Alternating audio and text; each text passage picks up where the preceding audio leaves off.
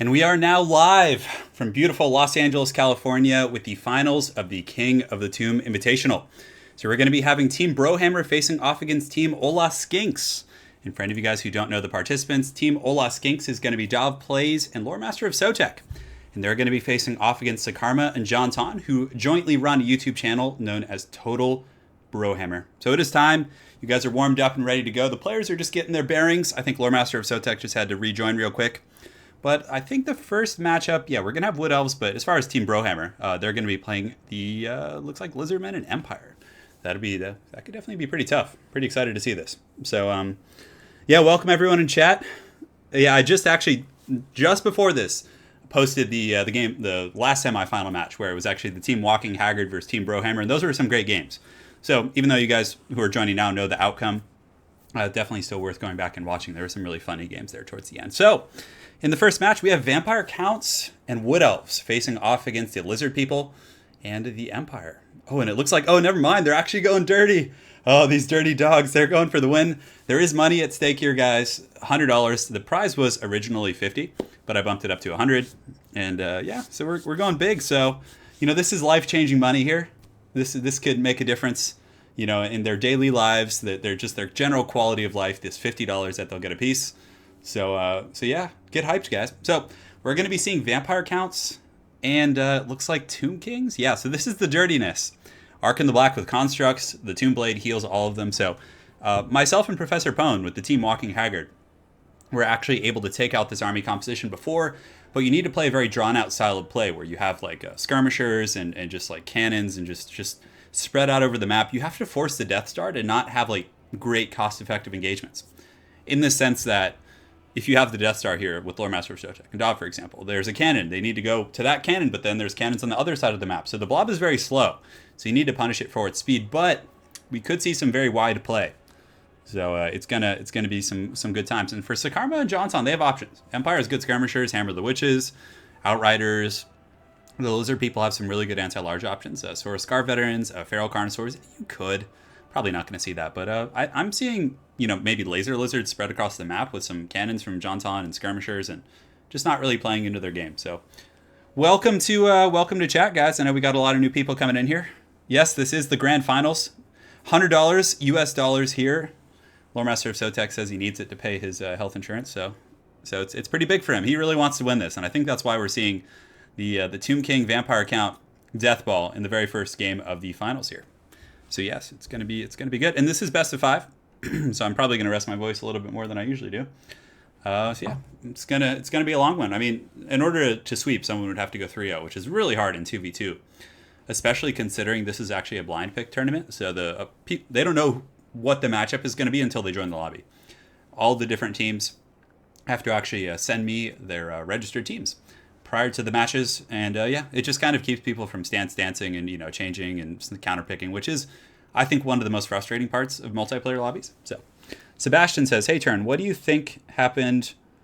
I'm not sure. I'd have to go back and look at that, Sebastian. No, don't be sad, Jeremy. Just be happy that it happened. Yeah, this is going to be fun. Welcome. Yeah, I know this is a tough time for anyone from Europe who's joining. My sincere apologies. It's hard. It's a little bit tricky to get together 5 schedules for a tournament. So we had to settle on this time frame just to make sure that everyone could play. So we are getting the Tomb King's Death Star. So for any of you guys who don't know this build, the Necrotechs, these units right here, they actually have Restore and a couple other buffs for Constructs. Then you get Arkin the Black. You stack him in the middle with the Tomb Blade of Arkin, which heals Constructs and it heals Vampire Counts units. So you have a Mortis Engine in there. It is just very, very difficult to take down. So it's, yes, Sakarma and Johnson have their hands full. It can be beaten. You just need to draw them out, like I was saying earlier. How do you keep the formations in 2v2? Well, restricted area, to answer your question, it's just a lot more coordination amongst your teammates. So, Loremaster for Sotek and Dov play all the time. Sakarma and John Hunt share a YouTube channel that they do together. So, for example, if you have one player handling the melee aspects of the battle and the other player handling the ranged, it's just something you need to practice. You need to be in voice chat. You need to be communicating. I'm advancing. I'll line up your troops behind me. You can use the drawing tools to show where you're going to line up so your ally can kind of, get set up behind you. And you can go from there. It's definitely quite a bit of fun.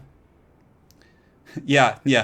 Part of me, Eagle guys, when we were in our previous round match, I'm like, you know what? I wouldn't really mind if this went badly because I kind of wanted to just sit and cast the finals as an actual caster rather than being involved in everything. So we got scoreboards up in the top left and top right, should be up there. So those will be getting updated live throughout the tournament. My fancy graphic design skills were able to write in white lettering. Yes. Quite proud of myself. And yes, Streamlabs is back, so Gimli is here. Super chat stuff's all online, so you guys are ready to party. 2 a.m., you're committed. Mr. Sniffles, I appreciate it. My apologies for the late cast. It's just, it had to be done. Yeah, it's a good thing for you guys in the United States, for sure, to be able to catch this. Yeah, this is going to be a really, really tough matchup. Let me make sure we are ready on my end. All right, let's see. I'm eager to see if Sakarma and Johnson can take down this composition. It's a very tough one. And part of me was actually expecting maybe some mind games from Loremaster of Sotek and Dov. Instead of going construct heavy, which Sakarma and Johnson are obviously going to counterplay, maybe going very wide with skeletons and just a more traditional style army with Blood Knights and stuff. It'd be really interesting to see that. Turn, if I had to be a Skink or a Skaven, Skaven are smarter than Skinks, I feel. I don't know. It depends on what cast of Skaven. Do I get to be a Storm Vermin or do I have to be a Slave? Can you do a good Bob Bifford? I'd have to look that up, Lord Clint. I don't know it off the top of my head. The Jorge says, been messing around and dabbling with multiplayer. Glad you're enjoying, man. Absolutely. Yes. Turns to trying to conceal the fact he's part of the Illuminati. Well, do you think we'll see Gelt? Well, we could be seeing Gelt because Gelt, your wish may be fulfilled right here. Jantan actually, has used Balthazar Gelt quite a bit in his videos. And on top of that, the overcasted final transmutation against a blob could be very punishing. It could just massacre entire formations. So yeah, they're just picking their teams right now. We'll be starting very soon. Yes, we're just starting up. This is the very beginning. And also for any of you guys who want to see Jantan's and Sakarma's perspective, they are streaming it over on their channel. So if you want to see that just from their angle, you can. Or if you want to see the one here, you're good to go. Yes, you're just in time for the stream. It's going to be all mind games. Jay Johnny says, Turn, I've never played online, watching your videos, and I love it. Hey, man. Glad you enjoy it. Yeah, Total War multiplayer in general can be a little bit daunting, I must admit. It's just so different than traditional RTS games, but the fact that there's no base building really allows you to focus on your unit micro and stuff like that. But I think it's very rich. And obviously, Warhammer is an extremely imbalanced game, but, a meta has developed, and most factions have a chance against others. And that's part of the fun, though, is that there's so much like variety amongst the armies that it's just the multiplayer experience really benefits from that. More so than I think it did in games like Shogun. I mean, I loved Shogun and stuff, but the multiplayer in this is just leaps and bounds ahead. So, yes. Skaven can make rocket ships. Well, that's true. They can. Yeah, it's just the... Yeah, I had to get rid of the Jesus hair. Geld could do great. Double Witch Hunter, I foresee that happening. You know, the accusation could be really good for burning down single targets. I'm more interested to see what Sakarma's going to bring in terms of like big dinosaurs and everything. So yeah, we're gonna see what's cracking, guys. And yeah, let me say, make sure. Yes, we're doing it. And Lady Turin is here, who will be here hopefully in the next month or so. So you guys will get to see her and I streaming some fun stuff together. It's gonna be a really good time. I'm so excited. We're gonna get her out here, my darling. When halflings are added, you know, for some reason I don't think the halflings are going to be added to the game. Yeah, I mean, maybe like, I don't know. I feel like the time has passed because halflings are kind of, they live in the Moot, which is in the eastern part of the Imperial Kingdom. And you know, the territory already exists. I don't even know if they have any, you know, interactions or anything like that. Like when you go there, if it says halflings, like do something. I would love to have them. My first Total War game was the original Rome. I used to play that back in the day in college. I played it quite a bit. It was a lot of fun. I loved it. How do, let's see. Tomb Kings are very strong. Constructs are extremely powerful. You can go wide, but honestly, just get Arc in the black and Constructs, and that's going to be a pretty good start. And just use the Tomb Blade next to them. Keep Arkin, you know, covered relatively high and tight, and you'll be in pretty good shape. Reptile King, I will take a look at those replays. Thanks for sending. Yeah, no, I haven't gotten a haircut since I got the Jesus haircut, guys. So this is just what you're seeing here. And it looks like Dov Plays is ready. Loremaster of Sotek is, I think that Dov and Sotek's teams are ready. Although, yeah, I can't. Sotek's team will let... Oh, Heinrich Kemmler. So the reason why you bring Heinrich Kemmler is because he has the Tomb Blade as well, the Chaos Tomb Blade, which also heals constructs. You stack that with a Mortis Engine, and basically you just let the Vampire counts handle all of the different chaff units, which is pretty good. I mean, this is a solid army comp. No great bows from Dov, so they're going just all in on the Death Star, guys. They're not really going to try and contest the range game at all, even though Ushabti great bows are extremely powerful against the dinosaurs. So let's go ahead and see what's going on in chat here, see if they're ready. All right, one team is ready. Now we're just waiting for Jonton and Sakarma. Oh, yeah, state troops can be viable for sure. Yes. We're getting there. Get that $100, boys. Well, we're going to see the winner of this. The team gets $100, and I'm going to share it 50-50 apiece. So, Turin, do you take replays? Yeah, you just go to my business email. Send them that way. Yeah, so I have a strong feeling we're going to see Balthazar Gelt and Witch Hunters from the Empire. Because honestly, lords like Karl Franz and Boris Todbringer just aren't going to be able to put enough of a dent in this. It's going to be a little bit tricky. So yeah, we'll see how they're able to do, guys, and we can go from there. So the first map is the Cliff of Beasts, which is a fairly open field map. I wouldn't say it's really going to favor anyone. The Empire can probably take a high ground position if they want to have like a Helm's Deep with like handgunners and that style of play. So there is some high terrain for them to take and force the Tomb Kings to march uphill. But again, I feel like we're going to see something reminiscent of what we saw last week in that there's a bunch of units like spread out all over the map. You have cannons, you have pistoliers, it's like skirmishers. There's no way the Empire in Lizardmen infantry can stand up to the Tomb King Death Star. It's going to have to be a very scattered engagement if they want a chance of winning. Yes. Turin, aquatics being minimized will probably be the key to this game. I think if they can get around the aquatics trait of the Skinks, maybe there's some water in this deep pit over here for the Skinks to swim in, but it's going to be a tough one, guys. We'll see. This is indeed a best of 5, so it's going to be a long stream. So buckle up, boys. Get ready for a good time, and we're going to see. I mean, unless someone 3-0s the other one, which it's best of 5. Yes.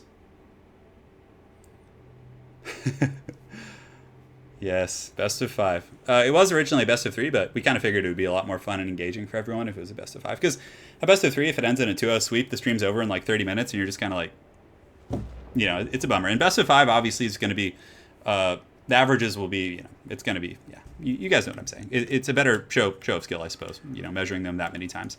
And you get to see a lot more armies. So you guys already saw the army compositions of Dov Plays and Sotek, which is just the Tomb King's Death Star they're going to be setting up. Zombies in the front. Looks like we had a corpse cart, Heinrich Kemmler, just, you know, all that good stuff. So we're going to be seeing Krell. For the Lizardmen, we do have 2 solar engines. We have a very heavy anti-large goon squad with Sora, Scar Veteran. We have a High Mage with a Tempest. Tempest isn't going to do anything here. Maybe he can use it on Felbats, but it's an unfortunate pick there. I mean, I see what he was going for to get rid of Terrorgeist and stuff, but it's just it's not going to be useful here. So he has Apotheosis, and they're spreading out, which is very wise.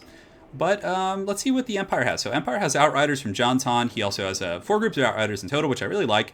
Balthazar Gelt, guys, the Supreme Patriarch is here in Game 1, coming in hard with the Double Witch Hunter. On top of that, we got Solar Engines. We got a very big Dinosaur contingent for sure. So the Saurus Scar Veterans, yeah, this is what needs to happen. They need to drag, like, I would spread out your forces, like, even here and here and have, like, 2 separate armies. Because if the Death Star can allocate all of its focus on one blob, it's going to be pretty hard to beat. But if you can, like, start further back, like, maybe even back here and, like, force the skirmishing phase for a little bit longer, I think that's going to be better. The laser dinos definitely have potential. They do fire damage. So against the Mortis engine, they're going to be doing extra, damage there. And yes, make sure to smash that thumbs up, boys. If you're enjoying this stream and you guys want to see more tournament content and these type of events, make sure to smash it up and let me know. All right. So we're going to see if Team Total BroHammer, for any of you guys just joining, are the Lizardmen and the Empire facing off against Dav Plays and Sotek, who are establishing themselves quite early in this cast as the villains. Going with the Tomb King Death Star here. Yes, yes. Yes, the Geltoning is here, guys. Get excited. And this is, the Cliff of Beasts is a cool map. I like it. It's like flat, but it has like some terrain. So you're not going to be dealing with like annoying trees and things like that. And it's, I never thought that Balthazar Gelt and the Double Witch Hunter would actually be a meta thing. I was just doing it to entertain you guys, but it ended up being pretty good. All right, so the Death Star is going to be advancing here. And you can see that Jav does have some Crypt Ghouls. So that'll be pretty good against like state troops and just like, Saurus and Skinks and things like that, as they all do have relatively low armor. So the forces are going to be advancing here. You can see that John Ton of Total BroHammer is going to be advancing his Outriders, and he's probably going to be turning. And it's kind of tricky because all of the targets for the Tomb Kings are a little bit far back in the Death Star, but he needs to conserve every ounce of ammunition. He cannot be wasting ammo on skeletons or chaffer, because in this matchup, every last ounce of ammunition counts. So he needs to be shooting in at the Sphinx and Seth here, going for some of those big boys. And Balthazar Gelt is being accosted by these Witch Hunters right here, or not Witch Hunters, by these Felbats. Felbats are going to be probably chasing off the Witch Hunters and just shutting them down. The Laser Dinos are shooting in, and they're going after the Mortis engine, I think. On top of that, Lore Master of Sotek does have the Varix Reavers and the Dire Pack in the back, but I don't know if enough damage is being done to this Death Star prior to the approach. But you can see right there the Solar Engine, and it does okay damage. A lot of people don't know this, but Solar Engines actually have very poor armor piercing, as far as like siege units go. So they'd probably be a little bit better off just shooting at this Mortis engine in the back. With Outriders and John Ton's Legion, a final transmutation here in the middle, this is gonna be juicy. Guys, we have an overcasted, did I minimize? We have an overcasted final transmutation going down right there on the Necrotect. Beautiful blade by John Ton here, just wrecking those guys. So the Necrotect, the Iro Titan, all of these guys are gonna take substantial damage. Arc in the Black is already just taking a beating. So that was a beautiful cast right there. That Death Star already getting that much closer to its healing cap. In the meantime, the Laser Dinos are shooting into the blob, making some decent contact with the Corpse Cart, as well as the Claw of Nagash, and it looks like the Outriders in the back of John Ton are just trying to take out some of these skirmish units, but he definitely is going to need to pressure this, because the Dinos are not going to stand up long to this. There's a ton of anti-large here, just a lot of powerful units, and here they go. So the Happy Puppy jumping in there, and it looks like Croc R is going to jump in to meet him, or that's actually the Saurus Scar Veteran, because they do have a Slon. So going to be some monster mashing here. The Shield of the Old Ones, I would recommend he definitely needs to get back these solar engines. Like run one solar engine over here and like one like far away from the battle, because this Tomb King's Death Star doesn't really have a lot of answers to like mobility aside from like these troops that are already getting beaten up. And it looks like John Ton has a lot of his forces kind of isolated in the back. So the Knights of the Blazing Sun, this is not good because there's so many spears. They're not really going to be terribly impactful. Granted, the Saurus Warriors here are probably going to be able to clean up some of this chaff, and the Death Star is underway. So huge banishment coming down from the Salon, just wrecking those skeletons and just going right through the Tomb Kings and Vampire Counts ranks. Definitely some very good stuff. And you can see the Salon and the Witch Hunters are just shooting in here. So the Witch Hunters have that accusation. So if John Ton is very on top of popping those accusations, that could be pretty game-changing. But you can see the Tomb King, Death Star, the Sphinx is getting accused of heresy. So the accusation going down, but you can see the Tomb Blade of Arkan is easily going to be counterbalancing that. So John Ton is positioning his forces in the back. You can see the Dire Pack, a very, very good play here by Lore Master of Sotek, able to get a couple of those guys down. Knights of the Blazing Sun, they need to get on these Dire Packs and go here, or it looks like actually the Royal Altar of Fights will intercept them and do just fine. So some of the Empire State troops have gotten up and around the back. We have Sigmar Suns, we have Flagellants, and the Lizardmen are kind of in a bit of a 2v1 situation right here. You can see Balthazar Gelt is actually being attacked by these Felbats, and the Felbats are doing a lot of damage to Balthazar. And I also think that a Spirit Leech did go down from the Iro Titan on top of Balthazar Gelt, so he's in a bit of a dicey situation here. So it looks like there's going to be an Apotheosis going down, perhaps. I know this fat toad on the ground. Oh, it looks like there was a Spirit Leech, but he could use Apotheosis and heal up Balthazar Gelt if he does need to. So the Saurus Scar veterans are just getting spanked. So the Tomb King Death Star here in very good shape. The Kemrian War Sphinx, all these guys are just impervious right now. And I see this being a very early issue for Team BroHammer because the Claw of Nagash is in perfect health despite all these ranged tools. I feel like the Outriders here and all these guys really need to be focusing down the Claw of Nagash, focus down the Corpse Cart, and then you work your way through the constructs once you get rid of the healing. So over here, it looks like there's going to be some sort of a Vortex ability going down on top of those Spearmen, and it looks like, wow, that is a great Purple Sun. Just tearing through those Spearmen. They're shaking, they're wavering. It does get a little bit of friendly fire in the skeletons, but still, it definitely looked very cool. So right now, Jonton and Sakarma have realized at this point they need to draw the battle out more. They're not able to Monster Mash. The Saurus Scar veterans are taking a lot of damage, and they have to retreat. The Witch Hunters are now kiting out, so they might be able to get some shots and pick off Krell, but man, those big constructs are just going to... This fat toad is not going to last long. You can see he's just going to get attacked by the War Sphinx, and I think they need to play a little bit more of a kitey game with Krok-Gar.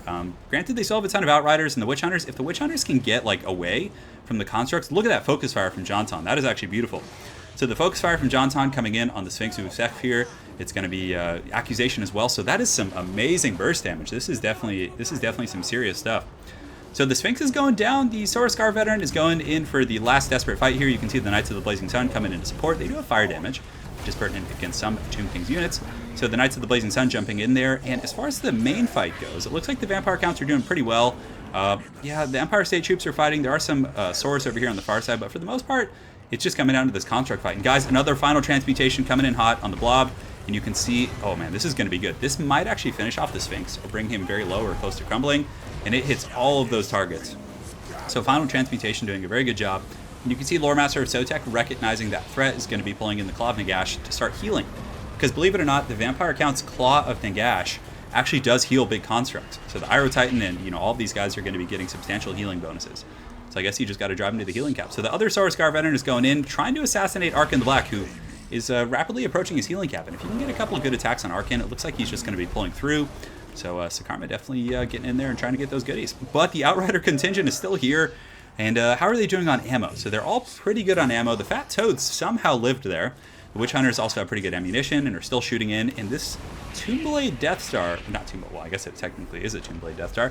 It's looking a little bit tattered. The Claw of Nagash is starting to go down a little bit. The State troops are doing okay. The Flagellants are fine. The Bastiladon right here with the Rev Crystal is, yeah, he's fighting against like some Graveguard and things like that. And it looks like the Blood Statue of Spite going down from the Salon, which is going to be doing some Fate of Una-esque type damage to those Graveguard with great weapons. So the battle is definitely kind of devolved into a bit of a skirmishing and kiting fight. You can see that the Saurus Scar veteran here is going to be re-engaging with this Iro Titan and this Kemrian War Sphinx. There's also the Royal Altar of Griffith, still have 13 models. The Empire doesn't have any healing, so they're just going to have to go in raw and see how they do. And it looks like the laser dinos are blasting those Necrotechs. And it looks like Heinrich Kemmler is going to be marching over here to try and support his Mortis engine as it does clean up. This is pretty much the last bastion of the Empire Lizardmen troops. They have some Saurus here and some Flagellants and things like that, but the Mortis engine probably going to drain these guys relatively quickly. So this is quite a battle right now, guys, and for anyone joining the stream a little bit late, this is still game 1 in the best of 5 series here. So the Titans, let's see, the Ushabti here, there's some Ushabti, there's also an Iro Titan here, but the guns from the Outriders are actually putting a little bit of pressure, and did they get the Sphinx move set down? I think they did, so the big Sphinx actually has fallen. So right now there's just this Iro Titan and the Witch Hunters with their Accusation, because that Accusation is actually a really good answer, because Accusation essentially has unlimited charges.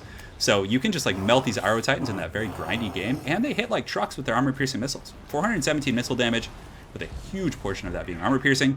So check this out. Jonton and Sakarma have formed a new battle line. So even after like a really rough initial start, they actually have these guys blobbed up pretty hard. You can see their the Tomb Kings and the Vampire Counts are going back to their blob roots. They're trying to get all their troops back together.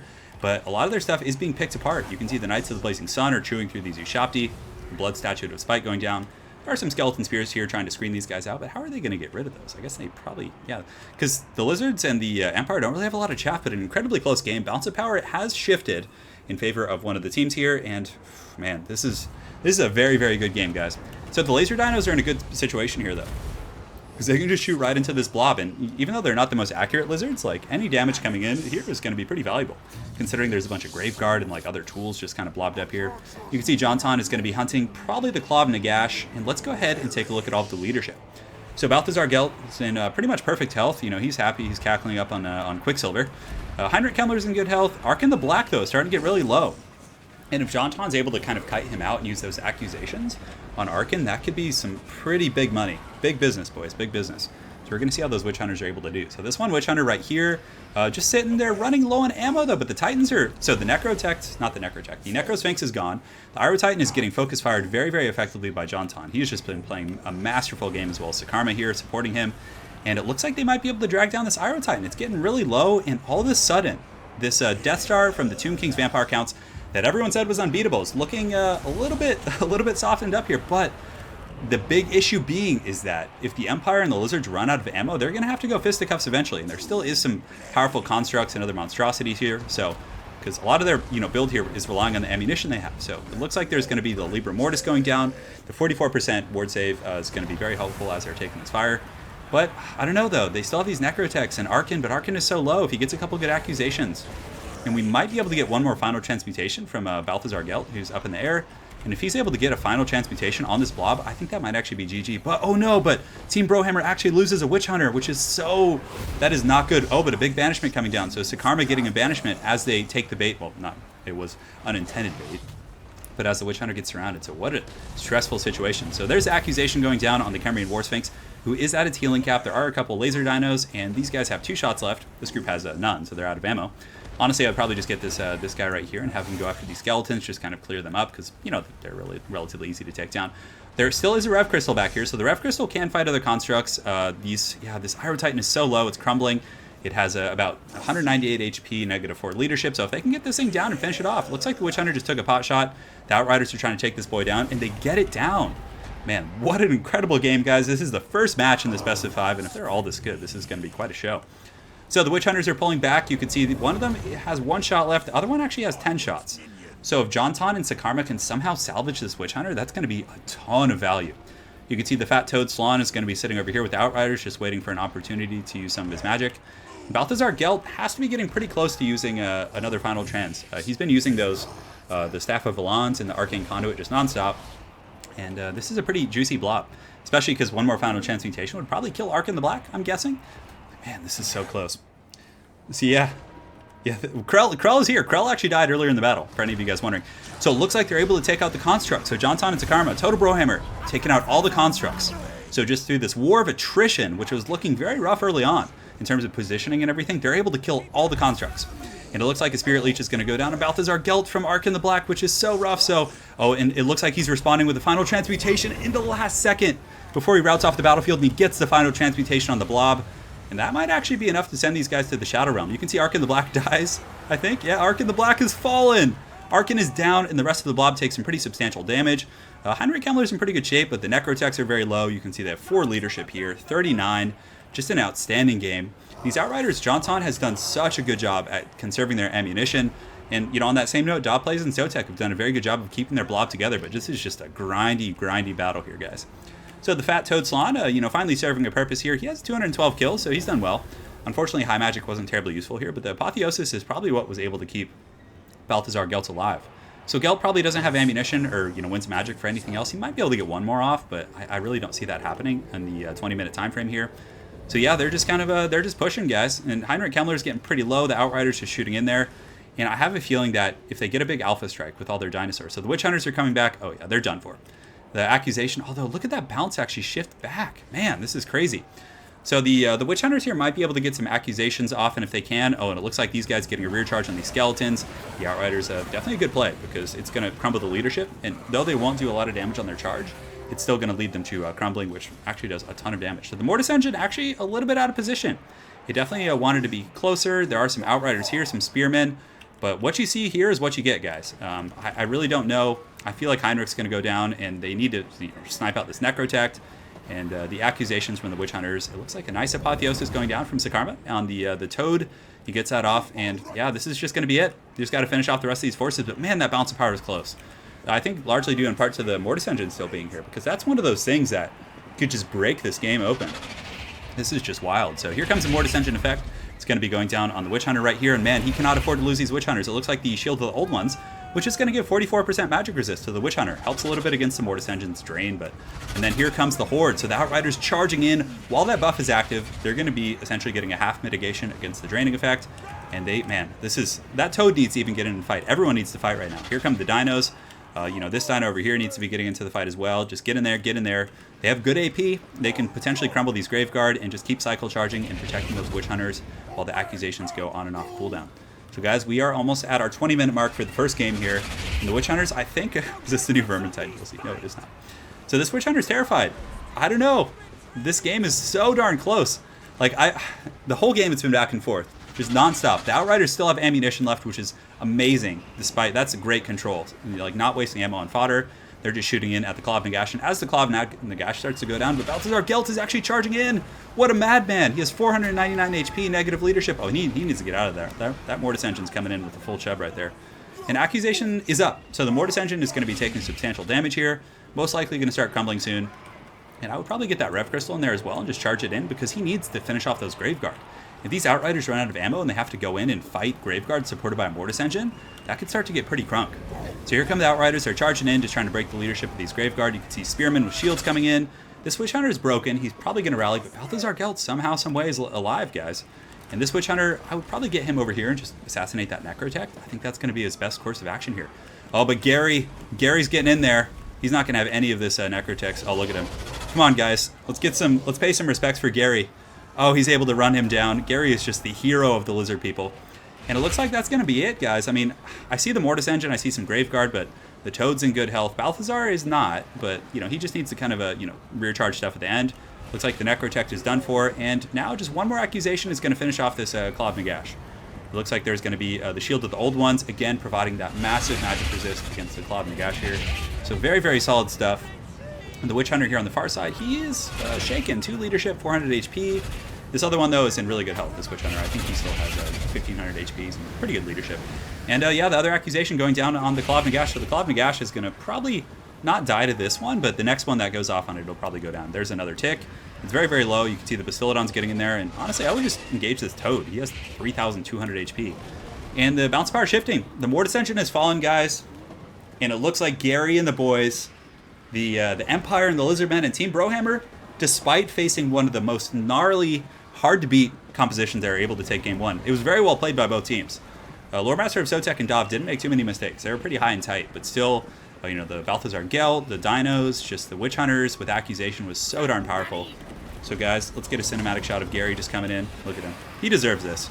I'm happy for him. Look at him just clubbing these guys with his tail. It's like, yeah, it's good. Send them back to the Shadow Realm. Vote Gary for an all-right guy. We get the other Bastiladon in here, and the Outriders charging in to finish them off. And that is going to probably be it for the Team Hola Skinks. GG. In Game 1 here, guys, we're going to be looking at the breakdowns and making sure everything's copacetic here in a moment. The Unstoppable meme keeps rolling. They should have brought Grandpa Kotep. That's why they lost. And now, if they had gone very wide and brought, like, a traditional Tomb King's army, I guess, not even traditional, but, like, Shopti Great Bows and things like that and Skeleton Archers, that could have been pretty wild, too. That was an amazing game. Replay named Gary Saves the World. Well, there aren't going to be replays of this because they're all going to be uploaded to the channel via the stream. Gary is a good boy. He is a great boy. And that's it, guys. Team BroHammer. That was an amazing Game 1. And, guys, that is Game 1. There's much more goodness to come tonight, all right? Much more. So we're going to go ahead and update the scoreboard here in just a moment. So as soon as we get into the lobby, and I might go grab a coffee. Just getting all hyped. So let me go ahead and update the scoreboard here. And, yeah, we're gonna be good to go. All right, guys, so Team BroHammer's up 1-0. My fancy scoreboard technology has deemed that to be the case. Balthazar Gelt can't exist without swagger. No kidding.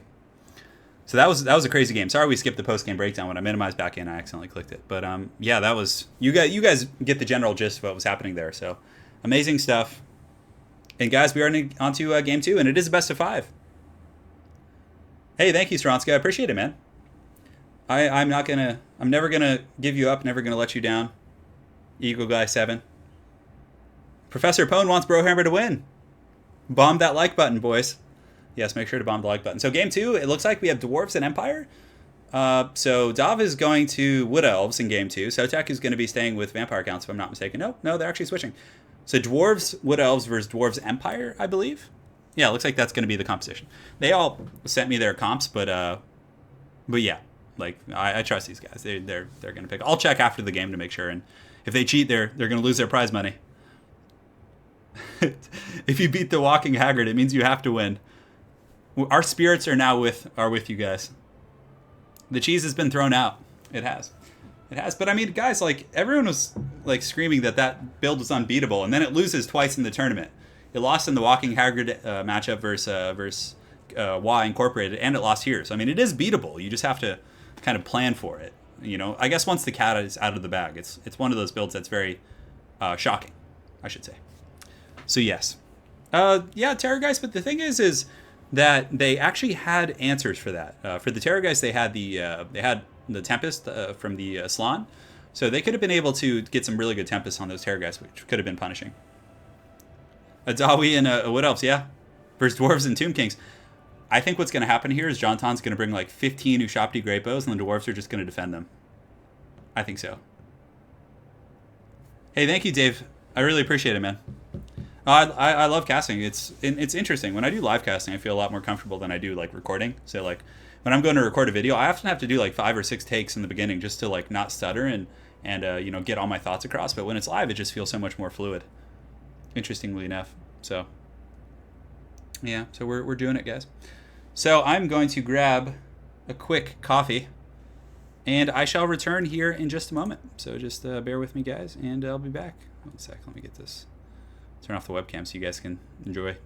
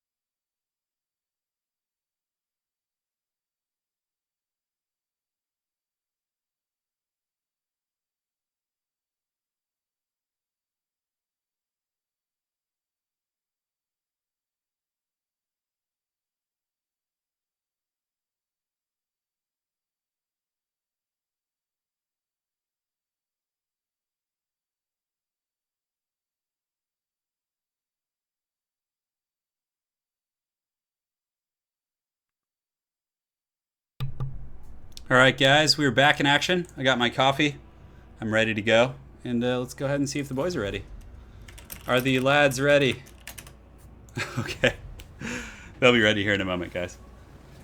All right, 1 second. The people have their purpose, but are mostly non-competitive, yeah.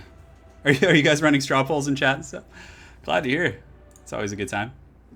Yeah, so we're in game 2. It feels like it's been a long stream already, but that was just the first game.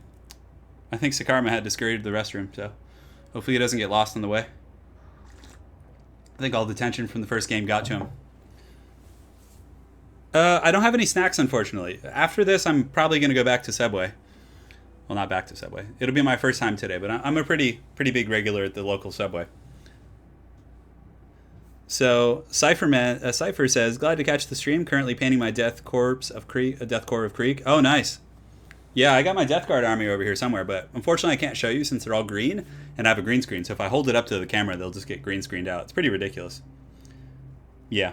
Yeah, my wrist is definitely my Achilles heel. Oh, yeah. Uno momento. All right, they're just picking their armies real quick, guys, and we'll get in. So now's a good time to chat. If you guys have any questions, I'll take questions from chat while we pick the armies. We'll wait till the game starts to go over the army compositions, but it looks like Dov is going to be doing, yeah, pretty standard. Dwarven front line. We have missiles from Dov Plays here, Blade Guards of Starfire Shafts, which are good against dwarves and against Tomb Kings.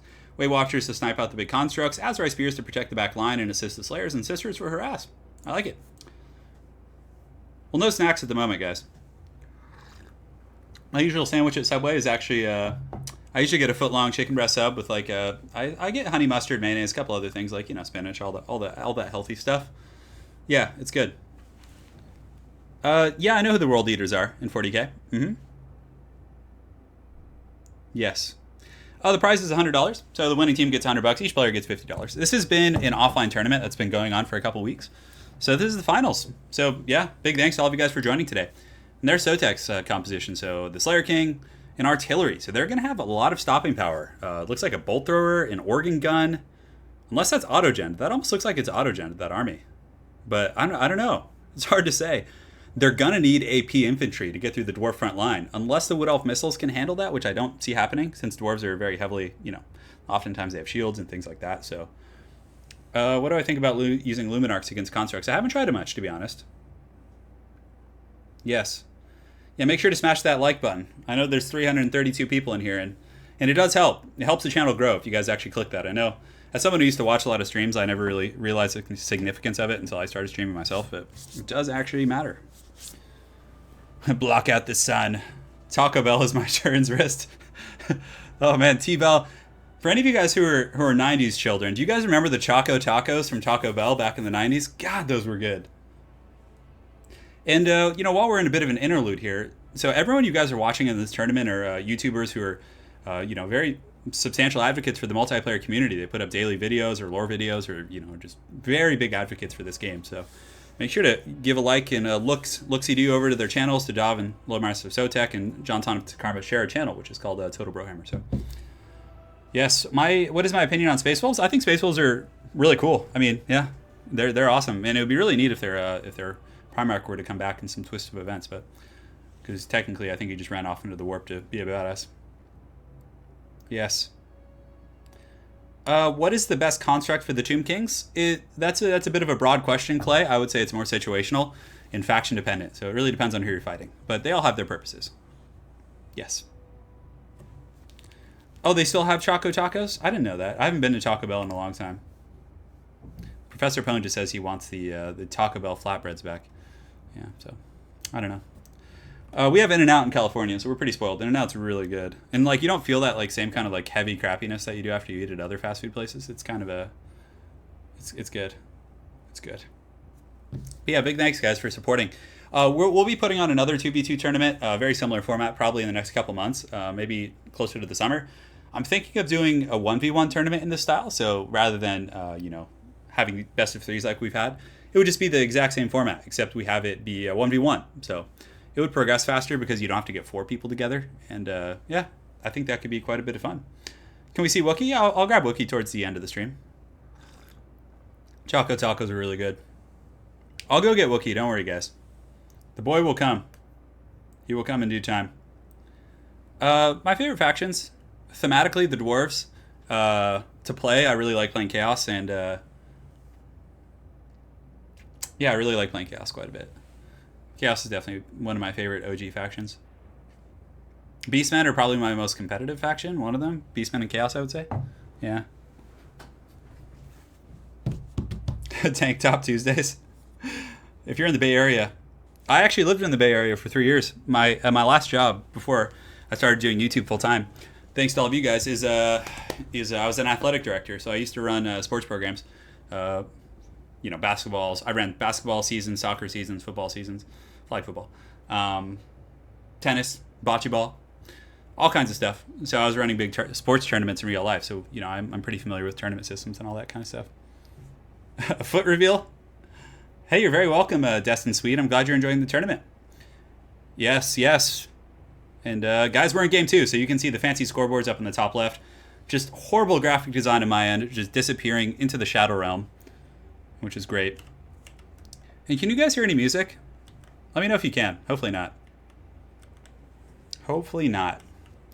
All right, guys, so we have Dwarves and Tomb Kings facing off against Dwarves and Wood Elves. So the question of the day being whose missiles are going to prevail. And honestly, I think that the Wood Elf missiles have an advantage over Tomb King's missiles, simply because, you know, Tomb Kings versus Wood Elves is an awful matchup as is, but the Dwarves might compensate for their weaknesses. So this is going to be really interesting to see. So for Dov and Sotek, it looks like Sotek is going to be handling the front line. He has Longbeards, Dwarf Warriors, pretty standard protocol. Ungrim Iron Fist, anti-large, and he's an absolute pimp. He won't tear her out, and he's just super thug life. Look at this guy.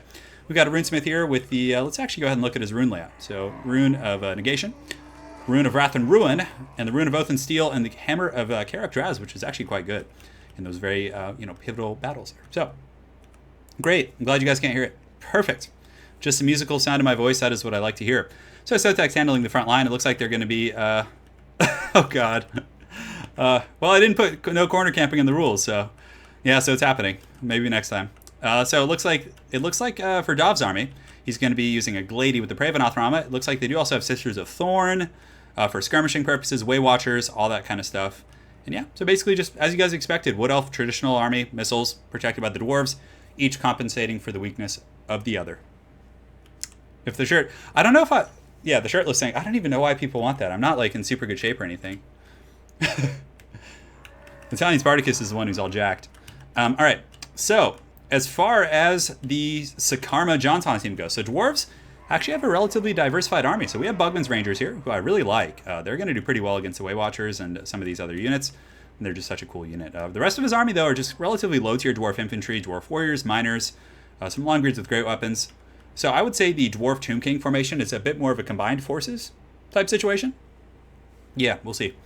There's some Chosen of the Gods, so Ushapti Great Bows. It looks like in total there's only 2 groups of Ushapti Great Bows, a Tomb Scorpion in the back, and it looks like Arkin the Black on his evil cackling necromancer chariot. We even have the Sepulchral Stalkers, which will counterplay Wild Riders, but they're not going to be able to catch the Sisters of Thorn. This is going to be pretty interesting, so we'll see what the boys do. So for now, I shall take some questions from chat. I know, I am surprised to see Dov and Sotek corner camp like this. They are trying so hard to be the villains. They're trying so hard, you know? I mean, technically though, guys, if you look at the distance, they're not like, well, I guess they're about as close as their deployment zone lets them get. It's not like it'd be really gross if they actually scooted back here and like tried to line up on the edge. It's not like it's a pretty bad corner camp. It's pretty bad. Yeah. Although there's a lot of room over here to work with. You can see the separation from the edge of the map. I'm surprised. They really just want to be the villains, and they're down a game, so not doing anyone any favors. They're ready. We're going to see, guys. My favorite Space Marine chapter that, you know, I really like the Death Guard because I played them in tabletop, but if you're talking about the Loyalist Legions, or chapters, I guess, whatever you want to call them, I'm a big fan of, man, that's tough. Yeah, Space Wolves are really cool. I mean, yeah. Come on, Space Wolves, yeah. I would have to say that. Sotek is on the Hola Skinks. So him and Dov are currently down to game. So the games have begun. I'm sure Johnson and Sakarma are just sighing right now because they have to advance their entire formation to meet them. The Ushapti Great Bows are pushing forward. What do they have here? So they have a bolt thrower, they have a cannon, and an organ gun. So there's a lot of firepower coming in. So the Carrion are flying forth. You could see the inexorable advance of the Dwarves, and the Tomb Kings is coming forward. Salamanders are really cool. Vulcan is a pretty awesome character for sure. And we'll take questions about the tier list and everything after the game's over. No worries, brother. Just make sure to ask me again once this ends. So Sisters of Thorn, a very good harass unit. They have their little poison spear, so they're going to come in and get some freebies on these skeleton warriors.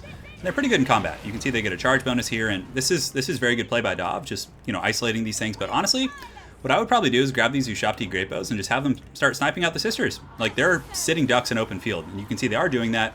The Shield of Thorns going down, giving them missile resist, which is very good here, but, you know, they're going to take a lot of damage from the Great Bows. So we get some nice free damage on the Skeleton Warriors here, and you got to start working down the chaff somehow. The Sisters here are also getting taken out pretty hard by that Great Bow fire, so definitely some good stuff from Johnson and Sakarma. countering that skirmish play. But again, my biggest concern being, are they going to be able to penetrate this this formation here on the corner? Because like it's when you're on the corner of the map, there's only this much distance to work with, and like this much, right? So the Slayers and the Azerite Spears can just like form that off against Cap, and it's going to be incredibly tough to take that down. So over here, you can see the Sisters of Thorn are continuing to harass and just cycle charge these Skeleton Warriors. And it looks like the Dawi cannons are shooting in at the Chosen of the Gods, and the Organ Guns are going to be in range soon. But Sisters of Thorn are not a cheap unit. So the losses they're taking right here from these Ushabti Grapos are very punishing. And yeah, I don't know. We're going to see what they can do. And it looks like they're kind of maybe, you know, trying to think if they want to advance or not, and a little bit of a limbo in terms of their formations. But the Dwarves are lining up in a bit of a pattern like this. It looks like they're doing a little something something. I think they're just going to unify before they advance. Or maybe they're just going to skirmish with Ushabti Grapos and see what happens from there. So yeah, the Sisters of Thorn continuing to get in there and you know, doing their thing, just prancing about the battlefield. Yeah, that was a good charge for sure. Grey Knights are a very cool faction. So yeah, they're just in their corner, and it looks like Jantan and Sakarma are just kind of hanging out here as well. So hopefully they'll go ahead and engage here in a moment. I'm hoping one of them will go. I'm not sure where the Grapos are going. It looks like they're falling back out of range of the artillery pieces. Well, the Ark and the Black's going forward. Some of these Skeleton Horsemen are chasing down the Sisters of Thorn. And the Sisters can actually just turn around and massacre these guys. But the Great Bow's continuing to just pour fire into the Sisters of Thorn. And I think they're just falling back out of range. So yeah, we're going to see what happens here, guys. They're gonna have to... my power level, oh my gosh. So yeah, just a bit of a skirmishing phase right now. We have these Bugman's Rangers and you know, these Ushabti Great Bows that are just basically trying to poke down the Sisters. But they're going to do advance eventually, because I think the artillery advantage does favor Dav and Sotek. So they can kind of just sit up here on the hill and do their thing. So yeah. Right now, Sisters just hugging the side of the map, which is a little bit risky, because if their leadership does break to a sudden burst of damage, they could potentially rout off the edge of the map. And how are the ammunition stores for these guys? So Bolt Thrower is perfect. Organ Gun's taking a little bit. This cannon, those are double Organ Guns? No, it looks like it's a cannon and an Organ Gun. Yep. So right now, the Bugman's Rangers are advancing. They do have the stock mechanic, so they're going to be invisible until they shoot. So now they are exposed, at least. So the cannons can potentially shoot. You can see the cannon from Lore Master of Sotek is going to be switching over there. And just a very heavy skirmishing phase. So these Nehekara Horsemen, oh, those are actually Nehekara Horsemen. So these guys might be able to put a bit of a dent in the Sisters of Thorn and melee compared to the Skeleton Horsemen. Some of these Bugman's Rangers who do have bronze shields are going to be advancing, trying to force these Sisters most likely to the edge of the map, I would say. A little bit of tricky business right here, but the Ushabti Great Bows are just going to be lining up as well. So they're just kind of slowly advancing out. The Slayers push up, these Skeletons push up, the Ushabti Great Bows are pushing up here, just forcing these Sisters of Thorn into a bit of a box here. And this one group is just, you know, kind of hanging out on the high ground. But I think we got a good old-fashioned standoff here, guys. Let's see what they're saying in chat. Yeah, they're saying both teams are attackers. Yes. Both teams must attack. Yeah. So they're going to have to fight here in a moment. No foot reveals. Guys, we're doing commentary for Total War. This is serious business here. So here come the Tomb Kings and the Dwarves are going to be advancing. Looks like a bit of a rules question there, which is something we didn't expect.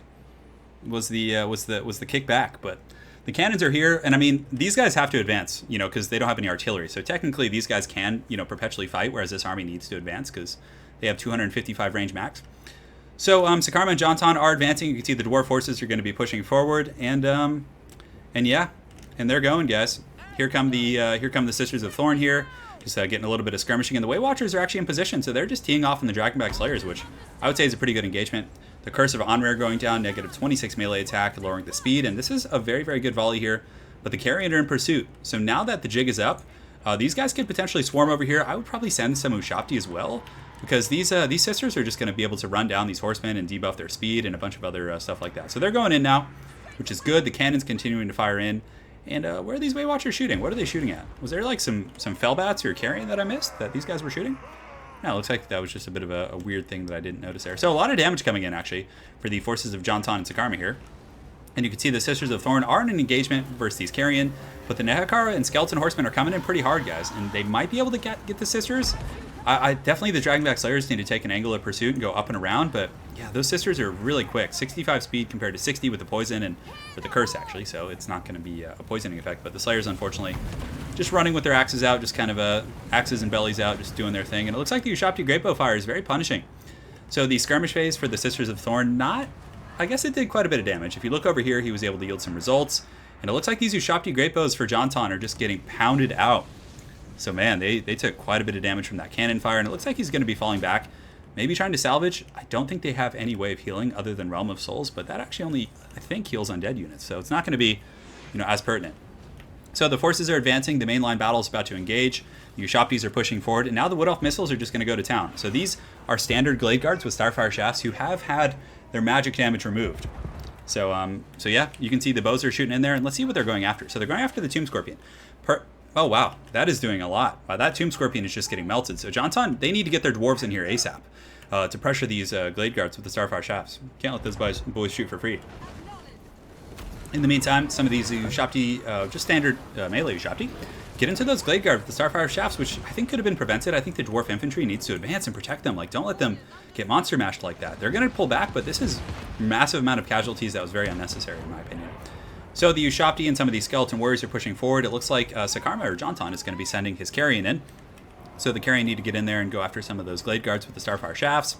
On the far side of the battlefield, it looks like the Sisters of Thorn have been completely massacred. So Johnton and Sakarma were able to kind of screen those guys out. The Dragonback Slayers just hustling through the desert, just absolute pimps. And they're able to get 2 groups of Sisters, which are, what are they, 1,000 gold apiece? So that is a great early game grab. Some of these Skeleton Warriors are screening out the Way Watchers for Daw plays. But you can see that Jav, I don't think he has automatic fire turned on, so he's probably going to save the ammo and pull back, and then the Dwarves can scream from there. So in the meantime, Loremaster of Sotek does advance with the Dragonback Slayers right there, and is going to be going after the Ushopti.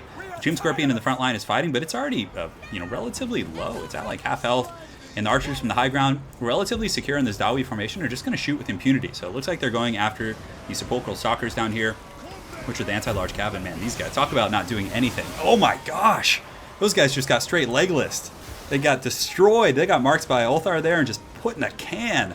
That was brutal. That entire Wood Elf firing squad just melting those guys. So the forces of Johnton and Sakarma collapsing a little bit slow. It looks like Sakarma may have forgotten his Rune Lord and the Runesmith, which is pretty unfortunate. Having that kind of rune support in the front line when the main fighting is happening is pretty important here.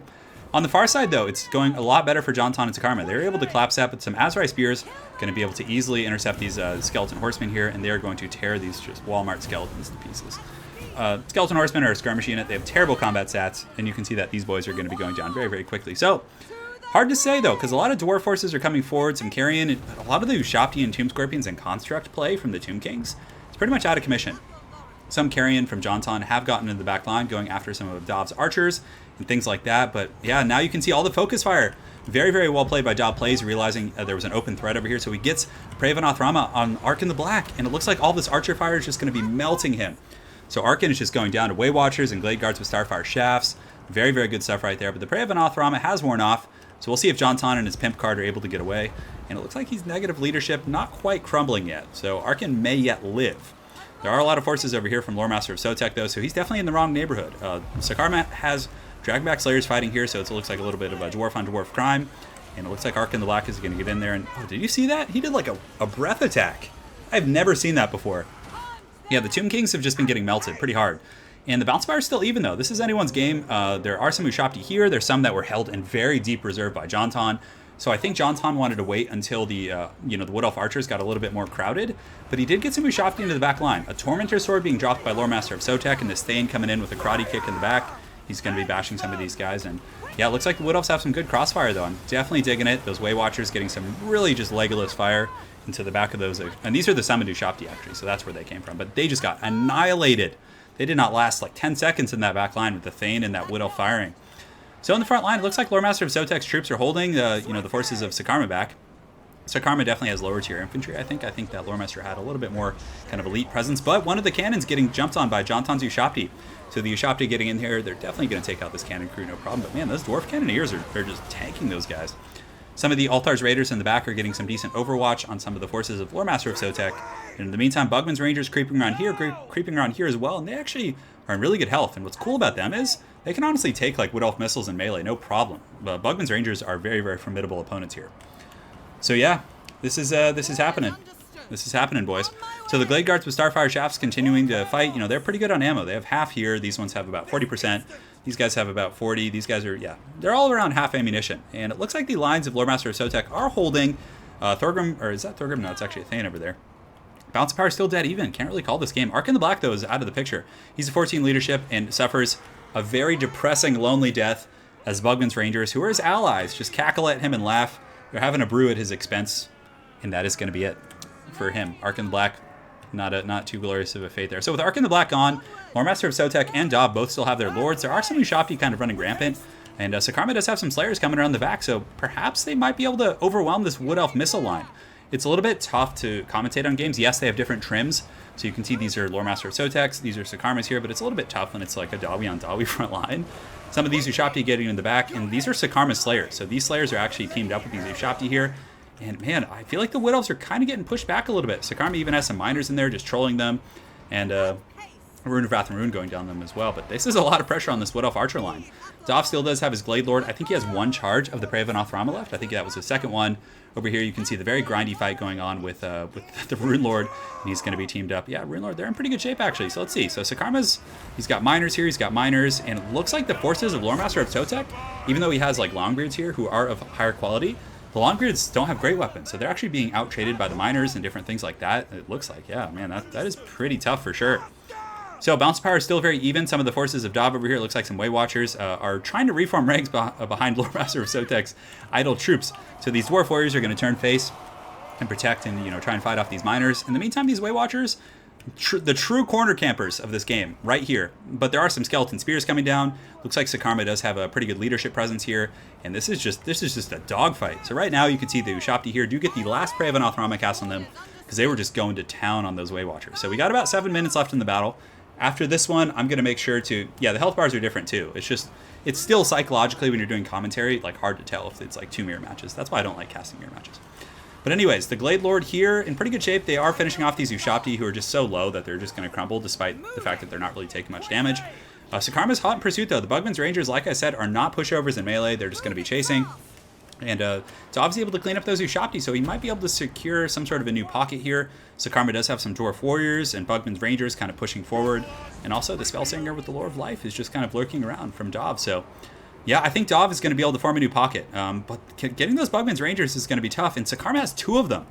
And these Bugman's Rangers will just beat the brakes off these Lily Elves here. I mean, these guys are 25, 39, 31 compared to 29, 33, 32, and they regenerate, and they have shields. Like, these Way Watchers are done for if the Dwarves can catch them.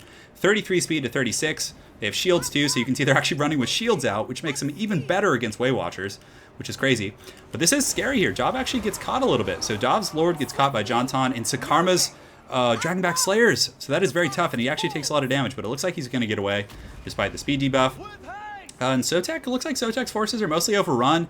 In the corner, the last bastion of Dob plays and Jonton's or Dob plays and Sotek's troops are just fighting, but they're being swarmed by Bugman's Rangers and a bunch of other troops here. And I feel like these Bugman's Rangers are just such MVPs. They are such MVPs, just fighting tooth and nail to push those guys back. Just what a fight.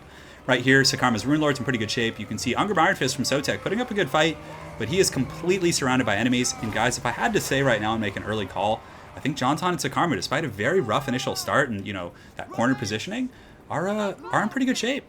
So the Ushopti are pushing forward. They do have the Hammer of Characterized, but again, Dov has a good formation. But those Bugman's Rangers, it looks like Dov did send in his Glade Lord to shut them down and allow these Way Watchers to fire in. But it's going to be a tough proposition because they're all pretty low in ammo, and there's no way they can do enough damage to these Bugman's Rangers, who have really good leadership. 76 leadership at this point in the game is pretty insane. So let's go ahead and take a look over at this corner here. So yeah, it looks like these Miners from Sakarma are starting to buckle a little bit, but the Dwarf Warriors are probably, I don't know, this is... And look at them, the Way Watchers are getting in melee too. This is just how desperate this fight is. Such a close game. These guys are just so evenly matched. So on the high ground, Sakarma and the boys. He does have his Althar's Raiders, who actually have great weapons in melee too. So they're a very, very good kind of armor-piercing unit. And it looks like Ungrim is... Yeah, he just has to fight to the death. He can't run. He's fulfilling his Slayer Oath against his fellow, I guess, traitor. I don't know who the traitors are. But the Bugman's Rangers, I'm not sure where they're going. So if I were Sakarma, I'd probably keep them there, although he does have Dwarf Warriors. But he definitely, oh man, get these guys in here. Oh, he's getting the throwing axes. So Sakarma forming up for the charge. So I think he pulls out to get the charge bonus, maybe? Not sure what he's doing. He's doing a little stance dancing. He does mark them by Althar, which is going to lower his armor by 30 and some of his other defensive stats. Dov, yeah, these Bugman's Rangers are just absolute playmakers. Like, they've got to be one of the coolest units in the game. They're just destroying these Sisters of Thorn in melee, just putting them down. The Way Watchers here have a little ammo, but the Bugman's Rangers are healing, guys. They're healing. They're just gonna cap out with that heal, which is gonna be so good. Bugman's Rangers on the far side. There's Dragonback Slayers chasing here. There's another group of Slayers chasing. Dov is trying his best to hold on, but these Slayers have just a massive chub for these Way Watchers, and they are not going to go quietly into the night. So Dov's Lord actually gets engaged on by the Slayers, and it makes an unfortunate leap into the pack. There's Dawi karate kicks, just all kinds of stuff coming in there. And let's see what we got for Lore Master of Sotek. So Sotek has some stuff here. Looks like Angram Iron Fist does fall, and the Balance of Power is actually going, for the first time, I guess it was a little bit in their favor, but it is going in the favor of Jonathan and Sakarma here. So in the corner, there's some Way Watchers. There's these Dwarf Warriors. Althar's Raiders are throwing their axes in at that brave legion of Dwarf Warriors, and that's going to buckle them. They're gonna flee off the battlefield. Yeah, there's no way. And from there, these Althar's Raiders can then just push in and you know, pincer. Oh, look at that. That's so gangster. They just took those guys out, and now they're going to go finish off these Way Watchers. What a battle, guys. What a battle. So right now, Jonathan and Sakarma pretty much reformed ranks here. I mean, these dwarves aren't going to catch anyone. Over here, we do have a Life Caster, and it looks like there's some Bugman's Rangers still in pursuit. The Slayers of Sakarma are just, yeah, this is just wild. And if it does come to it and we run out of time, I'm probably just going to go talk to the competitors and see what they want to do. Because, you know, we haven't had any games go to time in like the 20 or 30 2v2s we've played. So it's like, you know, it wasn't something we really thought about. Bugman's Ranger is still fighting here against the Sisters, but I think they're going to hold. Their regeneration's really good. Sisters of Thorn are pretty low at 5 leadership. The Glade Guards with Starfire Shafts. Surprisingly good defensive stats. 35 melee defense. What planet are we on, guys? And the Sisters are going to buckle. Those guys are easily going to clean them up. You can see these guys pushing in as well. But yeah, it looks like the Slayers are able to clean up most of the stuff. The Althar's Raiders on the far side are able to clean those guys up, and it's going to take a little bit of time to get to army losses. So yeah, everyone needs to fight though. So if they run out of ammunition, I'm going to let them know they need to fight. So I can't catch you guys. Yeah, so I'll let them know right now. Yeah, we'll talk to everyone if it does get to a tie, but that's something we'll have to discuss because we didn't really kind of plan for that accordingly. But honestly, I don't think that Dov and Sotek can win this game, and you can't go for the draw. That's something that we discussed in the tournament rules and everything. So yeah. So if you guys run out of ammo, you gotta fight. Okay, I just let him know in chat. So up here on the high ground, you can see the Rune Lord and Sakarma and everyone are just kind of taking formation. The Althar's Raiders are on the way back, and you can see the Wood Elves are coming in. Some of these, yeah. So I mean, all that they really have. Dov has these guys. There's some Way Watchers here getting ready for the final fight. There's a Rune Lord from Lore Master of Sotek coming back over. So it's gonna be it, guys. And it looks like Dov's gonna go in for a charge right here. A Rune of Wrath and Rune will probably go down. But yeah, there's no way that Dov and Sotek can win this, I don't think. I would probably drop a Rune of Wrath and Rune maybe to try and slow him. Yeah, I guess it's a bit risky, so yeah, I think they're just waiting for the Way Watchers and everything, and the Runesmith and all that kind of good stuff, so yeah. So Lore Master of Sotek's coming back here. I think he was trying to chase off those Longbeards, but honestly, yeah, they're just gonna have to fight here. So we've got a minute 30 seconds. I will use my best judgment, but honestly, I don't think that they can win. So we would probably just, yeah, we'll talk to them. I'll go ahead and jump over to chat, and if it does end up being a draw, but there's no way. I mean, there's a Rune Lord in good health. There's a Runesmith, and it looks like Dov is going to be charging in here, going in for a fight, because it's going to take a while before the other troops get here. So he charges in. It looks like he's going to try and pull back. The Sisters of Thorn taking quite a bit of damage, but yeah, the Rune of Wrath and Rune is easily going to be able to put those guys down. So the Way Watchers coming in, and yeah, I don't think we're going to end up with a draw. I think the Dwarves with the Slayers will be able to cut through these Way Watchers pretty quick here. So here they come, guys. The final fight to decide all fights. And the Dwarves charge into the Wood Elves, and it looks like the Glade Lord's going to go in and try and fight, but man, they are getting crushed by that Rune Lord with his anvil, and the Dwarves are just going to push in, and this is definitely going to be the straw that broke the camel's back. Yeah, and I think that's going to be it. We have the Spellslinger with Lore of Life and this caster. There's also a Runesmith coming in. The Dwarf Rune Lord is in good shape. Let's see, the Althar's Raiders coming back. There's also Bugman's Rangers for Sakarma, so not even all the Dwarf forces are here, but the Way Watcher is getting very low, just beaten down. You know, their health is very low. The Glade Lord here is getting pretty low. Does he do magic damage? With his arrows, not with his melee. So the Rune Lord here with the magic buff isn't going to be, you know, as beastly there. But the Slayers collapse on Dov's Lords. And I think that's honestly going to be army losses here in just a moment. So yeah, you can see the Runesmith coming in there, but yeah, that should be it. And we can talk to the guys if it does go to a draw, and we'll see what they want to do, because I think it's pretty obvious who the winners here are. So I think we're going to probably rule in favor of Team BroHammer and everything. So yeah, the Glade Lord is going to waver, and it looks like that's going to be... That's going to be all she wrote, guys. Yeah, I think we're just going to call that a win for Team BroHammer, because that one was pretty much their situation. So we'll add a time limit so that doesn't happen again. But hold tight for 1 second, guys. We're going to go check. Yeah, I think Team BroHammer just had that one. So we're just going to make an executive call there. So, all right, let me go to the scoreboard. And we'll go here and here. And let me just go ahead and tell the guys. Yes. GG, guys. Are we all agreed with giving that to Team BroHammer? Just want to make sure they're on the same page. Pretty sure it was over. So guys, we're on to game 3 now. This could be it. It could be a 3-0. Could be a 3-0, boys. So I'll tell them to want to get group input. Also set the timer for unlimited. Not turn timer, match timer. Also set the match timer for unlimited. Thank you. Come again. You guys made a religion around my wrist? What is happening in chat? What is happening here, guys? Thank you guys all so much for joining, by the way. I really appreciate it. So we could potentially get a 3-0 here. We could get a 3-0. So Team BroHammer is currently up 2-0 in the series. And this could be it, guys. This could be the battle of battles. Let me go ahead and message them on Discord and everything. Hold on. Could you set the turn timer to the, not turn timer, match timer to unlimited? Thank you. Let's see if they get it.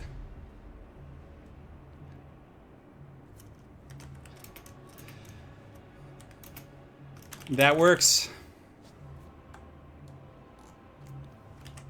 Yeah. Unlimited time. Balance was massively in favor of Team Bro. We do have a Discord, yes. We play Blood Bowl, Total War, everything. All that kind of good stuff. And we're gonna see. We're gonna see what happens, boys. This is it. This could be it. And again, it is a best of 5, so currently Team BroHammer is up 2-0. And if Dov and Zotac are able to take this, it could potentially go to a couple more games and everything. So there could be an epic comeback. That's for sure. Let's see here. All right, we're good to go. It's happening, boys. It is happening. Some wrist. I wish I had some sort of a magical ointment that could heal my wrist. I'm such a monster. You're a monster. Yes, boys. Good thinking on the feet. We got time limit is unlimited, so now we don't have to worry about it. But it looks like we're going to have Lizardmen, which is Sotek's bread and butter, with Dob plays as the Empire, and Sakarma and Jonton are going to be Wood Elves Chaos. So very similar ideology to the Dwarfs Wood Elves, but I think it's going to be a little bit more aggressive, as in Chaos will advance and Wood Elves will follow. So yeah, it's going to be pretty good. It's going to be pretty good. This could potentially be the last match of the tournament, guys. So let us know in chat what team you're pulling for, Team BroHammer or Team Hola, Skinks. My wrists are right here. Look at this. Got my mitts right here, guys. Yes, yes, indeed. The foot reveal. Oh man. Yeah, the Gelt metagame. You know, Archaon has a really interesting niche. If you use Archaon as a combat lord, so you put him on a horse, you get rid of all of his fire spells and bring him with the crown and the sword of a Slayer of Kings. He's actually pretty good. And then you bring a Deathcaster, and because Lore of Fire, in my opinion, isn't that strong compared to Death, if you're talking like a competitive sense. So, the Sisters of Thorn weren't a mistake. I just think they kind of got drawn into a weird conflict. Yeah. Well, right now my wrists are okay because I'm not having to play myself, so I'm just hanging out and talking with you guys. I would gladly get like bionic wrists or something. And yeah, guys, it's currently 2-0. I noticed a couple new faces here, so currently, yeah, this could be it. This could be the final showdown.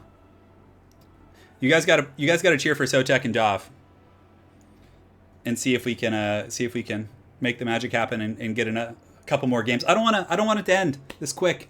I want to hang out with you guys a little bit longer. Hola, new subscriber. Do you think Empire and Lizards did laser beams with Bastillodons? And I'm not sure what you're asking. Hey, you guys are welcome. I'm loving the tournament. And big thanks, guys, to Gabo King too for moderating chat, and I've seen him hyping the whole time and having a jolly time in there. So, oh, my voice should still be here. Let me go ahead and check. It looks like everything's good on my end. No dropped frames or anything. We are an hour and 14 minutes into this this battle. All right. It is time. It is time, boys.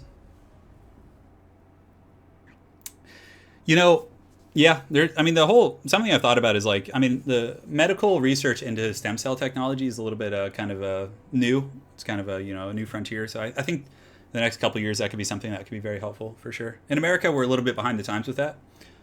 So yeah, so we'll see. We'll see if Dob paid to get a comeback.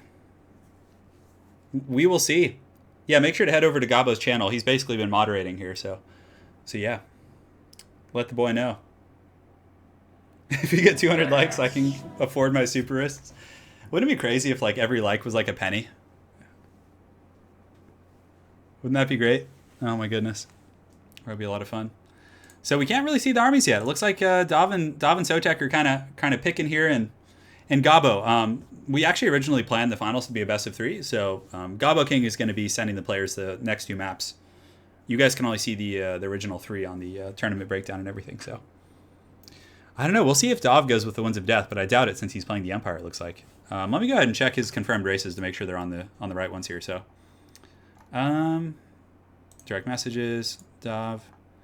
Yeah, so they're Empire Lizards, and for Johnson and Sakarma, we have Chaos and what else? So everyone's on their appropriate armies right now.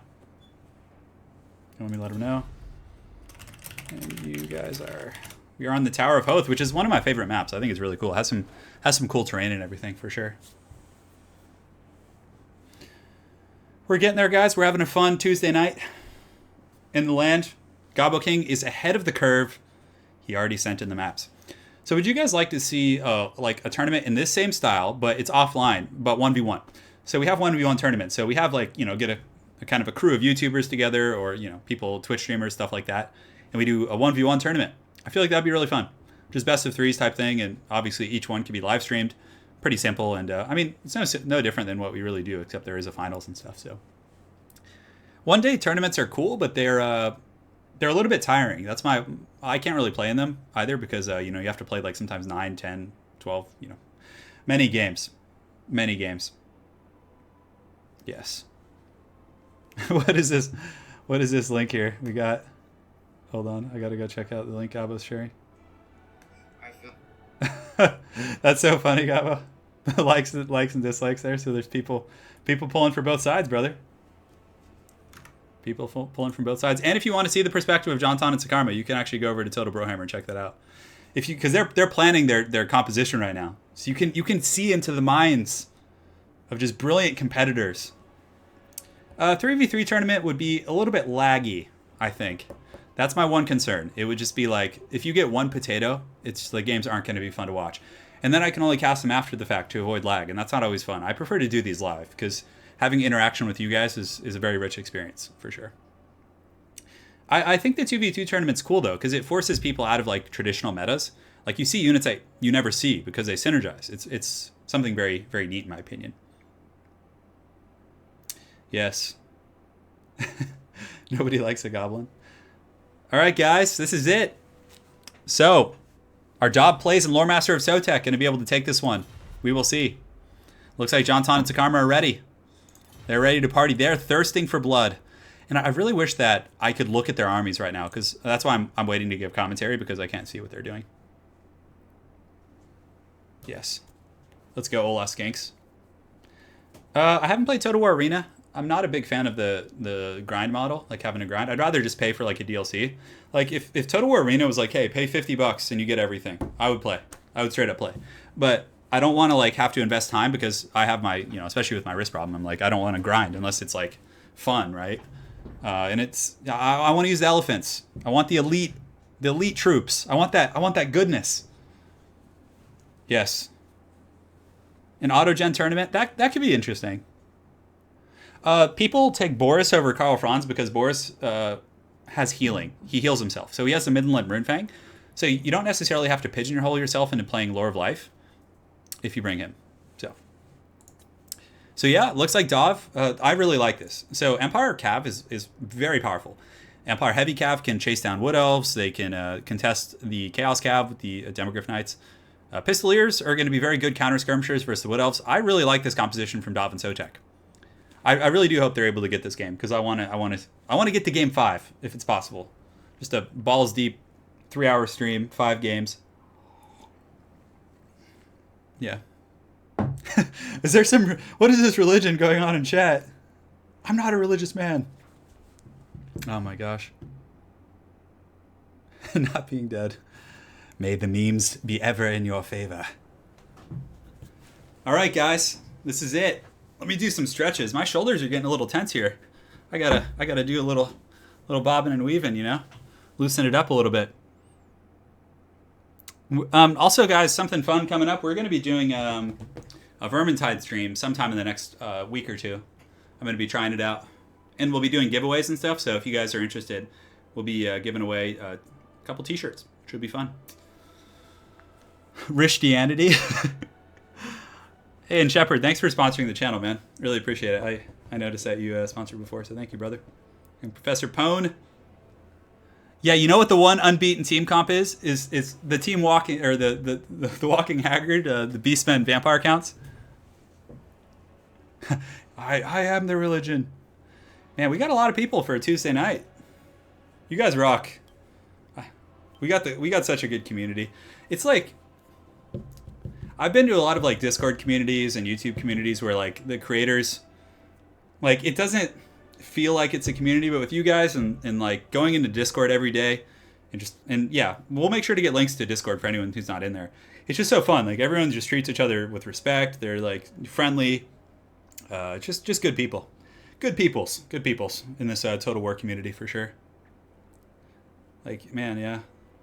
Like compared to a lot of other games I played, like playing like when I used to play League of Legends, I played StarCraft 2 pretty competitively, and it was just, I don't know, it was never the same. Never had the same vibe.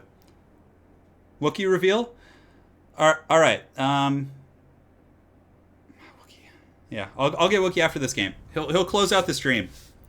We'll sit and take questions from chat for a while, and then we can go from there.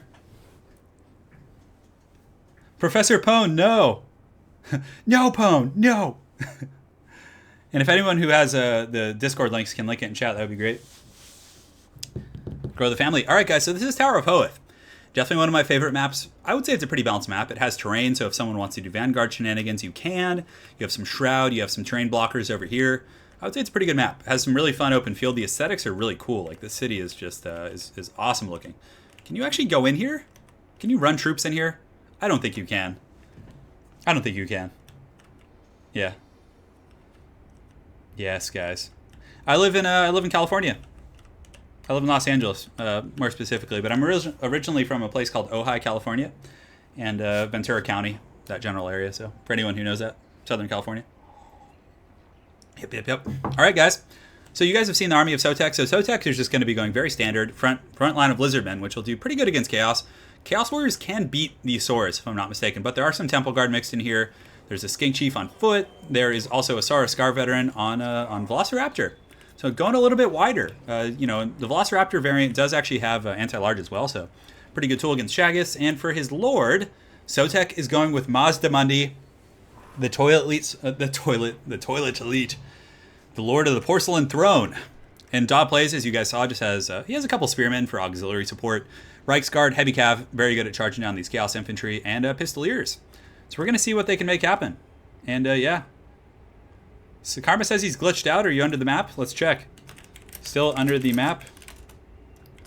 Let's find out. So if he's under the map, we'll just restart real quick and get him in there. Of course. Well, just concede defeat, I guess. Well, I guess, yeah, we could alt F4. F4 and jump out. Okay.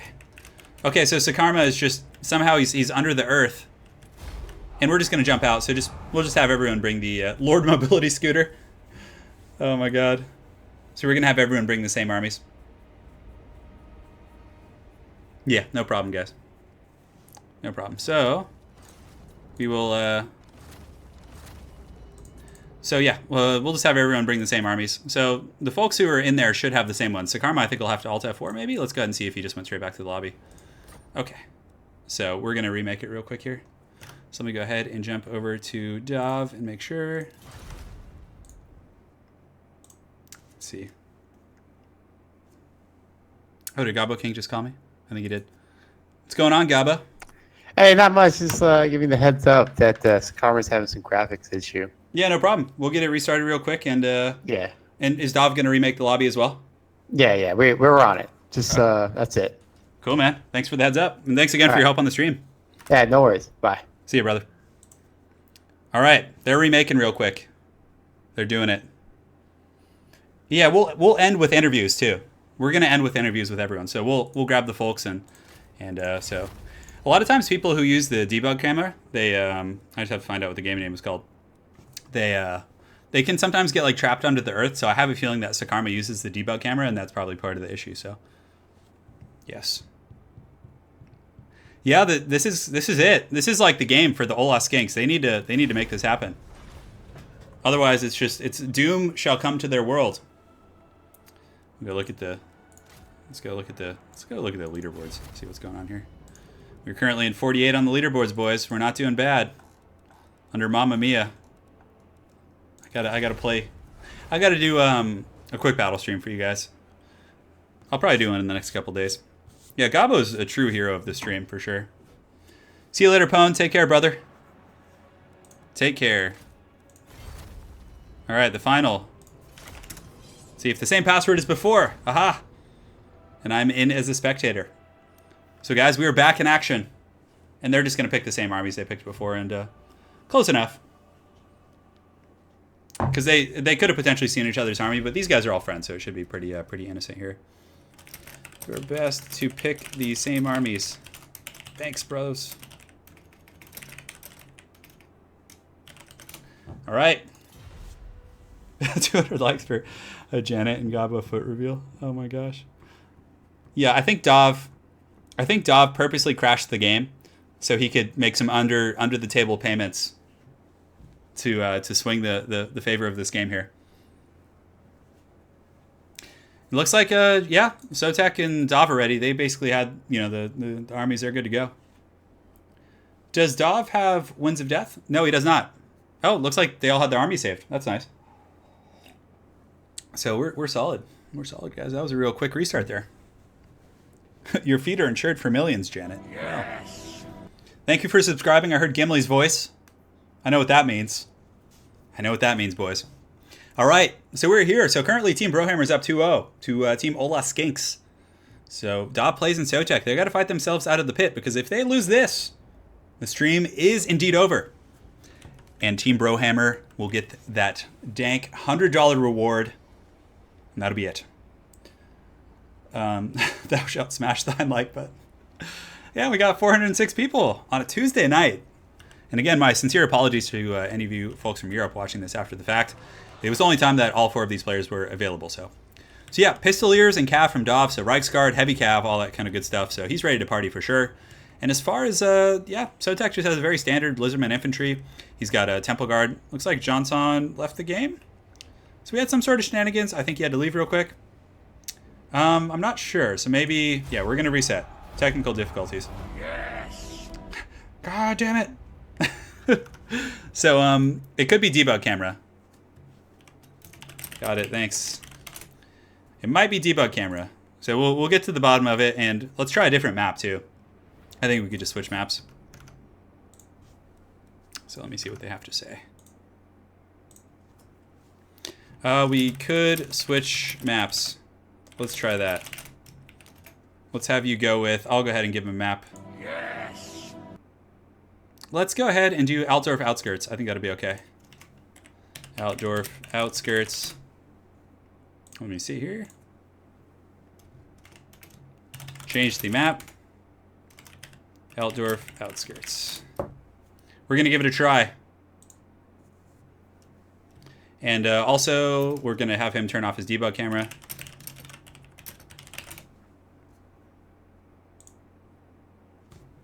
I'm going to go talk to the guys, let them know. Hey, can you guys hear me? Yeah. Hey, so we're going to, we can try switching. It might be an issue with that map. I'm not sure. I've had similar stuff happen before. So let's go ahead and switch the map to Altdorf Outskirts. And I'm going to tell Sakarma to turn off his, it might be his debug camera because he keeps getting like trapped under the earth. So okay. I'm gonna go have him turn it off. And yeah, so go ahead and set up the lobby and I'll go talk to them as well. Okay. And good luck, guys. All right. So, what's up, guys? So we're gonna switch the map to Altdorf Outskirts and maybe turn off your debug camera. Do you use one? I don't have to, no, I don't. Okay. It's just, I think it's just this map. I'm loading in custom again. Perfect. I think it might be just this map for me. All right. Well, we'll see you guys. Man. Dom's gonna remake the lobby and we'll see you out there. Cool. Sorry. All right. No worries. Good. All right. Spectate 1, 2, 3. And we're in. It is time. There are conspiracies afoot, rumors of corruption, but we're going to do the Altdorf Outskirts, which is a really good map. So,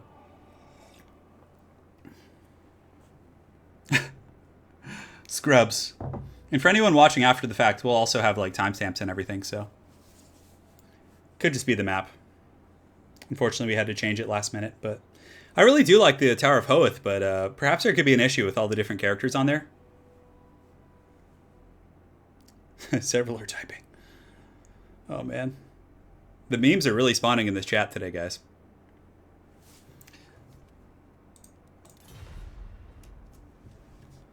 Let's see if this works. And hope for the best. Well, I guess we are getting that longer stream you guys wanted. We are. That's for sure. And we're going to see what happens. It's a pretty similar map. A little bit more terrain blocking, but honestly, it's structurally speaking, it's pretty similar. A lot of open field, a couple terrain things going on here and there. Nightmare of Onyx, I'm glad you're enjoying chat today. I'm glad. It is a good time for all.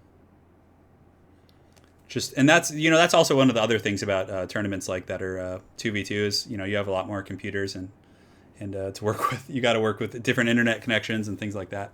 So it looks like Jonton and Sakarma are ready. They are ready to go. So hopefully we can make it work here. I think it was just that map. Sakarma actually just loaded into another game there, and he was able to make it work. So we shouldn't have any issues at this point. You have overdosed on memes. I heard some rumbling in the distance. I had to check what that was. But yeah, guys, again, we are back. This is the third game. Currently, Team BroHammer is up 2-0, and we're going to see what happens. It could be a sweep. Could go to some later games. And so it begins. Holy Sigmar, bless his ravaged wrist. And I think we're good. Well, I guess they're loading in, so there's no way of telling yet. But we're going to find out in just a second here. Memes for the meme god. I know. Tell me about it. All right. It is time. We got unlimited time, so we should be fine. Hopefully they remember to set that. If it is 20 minutes, yeah, we're doing it to it. All right. All right, we did it. We're good. It was just the map, so yeah, it's not necessarily anyone's fault. It's just that particular map was bugged for some reason, and it was putting Team BroHammer under the earth. So perhaps a conspiracy has arisen where Jav Plays paid off the Creative Assembly developers to sabotage Team BroHammer and put them under the earth. But anyways, you guys saw the composition. For Lore Master of Sotek, it's just going to be Saurus Warriors and Temple Guard in the front line with the Rev Crystal. Fairly standard. He has some skirmishers, some skink cohorts. I don't know if he has any chameleons or anything like that. Nope, just looks like infantry and not too many heavy dinosaurs. So he's going to be using Skink Chief right here. He does also have a Saurus Scar veteran, and then of course we have George. So this is George. Gary is the laser lizard, so we're going to call this guy George for now. So over here on the far side, we have the Wood Elves and Warriors of Chaos, which I really like this army composition. I feel like you get aggressive infantry. You don't have to sit back. You can push forward, and then you have really solid Overwatch because one of Chaos, the biggest weaknesses of the Chaos faction is their terrible range. They have to just kind of be at the impunity of others in regards to their advancement. But here, the Wood Elves are going to really help dictate the positioning and provide some great counter skirmishing to those Pistoliers. So this could be it. If Jonton and Sakarma are able to take it, they have Kolek for their Lord. You also have a Shadowcaster who's probably just going to be using debuffs. So let's see what he has. So he has the Penumbral Pendulum, which will be pretty good against Lizard Infantry in the front, and Enfeebling Foe, so helping Kolek. As far as the rest of Jonton's forces, Marauder Horsemen, Throwing Axes, another Shaggoth, Halberds, Chaos Warriors in the front. That's pretty much it. So the Wood Elves do have some Spears, Azrai Spears. There's some Dryads. There's also some Glade Riders with the Hagbane Tips here. So yeah, that's gonna be it, guys. You guys have seen it. The tail of the tape. Lizardmen front line with heavy cav and pistolier support for the Empire. And then for the Warriors of Chaos and the Wood Elves, it looks like a Chaos front line with Wood Elf skirmisher support. So a lot of this battle, I think, is really going to come down to the skirmisher engagement. So the Glade Riders with the Hagman's hips fighting and everything, and all that kind of good stuff. So we're going to see what happens. He did. Conspiracies are afoot. So it looks like someone might be potatoing a little bit. We're getting a little bit of lag, but that often happens when players are loading into the game. So once their computer stabilized and everything, we'll be good to go. It could be a 3-0 sweep, and, you know, Johnson and Sakarma have been playing on point, but so have Sotek and Dov. I mean, Sotek in second. And it looks like we're good. We're back. Yes, we're back. One sec here. Looks like I think we're good now. Yeah, can you guys hear me? Okay. Potatoing on all ends. I think we're being drop hacked. Yeah, and it looks like it's still streaming. Okay. Check here, guys. Just checking everything. You know, the gods just do not smile on us today. There's conspiracies afoot. People just don't want this game to happen. All right, guys. So we're back in the game. Deployment phase is still underway. We're good. We're good. Crisis averted. The stream is continuing. We had a bit of a drop. Let me go ahead and check. Yeah, it looks like it was just a temporary internet glitch there for a moment. All right, so it looks like, oh, guys, we're going to have some Vanguard shenanigans. So over here in the forest, it looks like Sakarma and, yeah, there's some Vanguard on Vanguard action, it looks like. Oh, man. This is going to be wild. Give it time. Give it time, boys. We got a lot of pistoliers over here for Dob, but over here in the forest, we do have some of Loremaster of Sotek's Chameleons are vanguarded right on top of Wild Riders. That is a very unfortunate start. You can also see that the Zintler's Reichsguard right here are in position to just sweep in there and clean those guys up. So that could potentially be something that's going to be a little bit hog wild. And it looks like there might be some lag over here in the game. We're going to find out. I think everyone's ready for the most part. Looks like my internet connection's okay. And yeah, I don't think we're going to... Nothing is wrong. Return to your cells. Oh, man, guys. All right, so the game's about to start. I think both teams have said they're ready. The little skinks are in the forest kind of hanging out, but there are Wild Riders right on top of these guys. Man, I feel bad for them. I feel real bad for these little skinks. Poor little bastards. And, yeah, it looks like I think the lag has subsided. I think one of them is lagging, too. You can see the pistoliers here. They're kind of stuck in their animations there, so maybe one of these guys is lagging. We're going to find out in a second. We're getting some serious lag magoo over here. Stream is back online. Let me check. Just the gods do not want this tournament to finish here.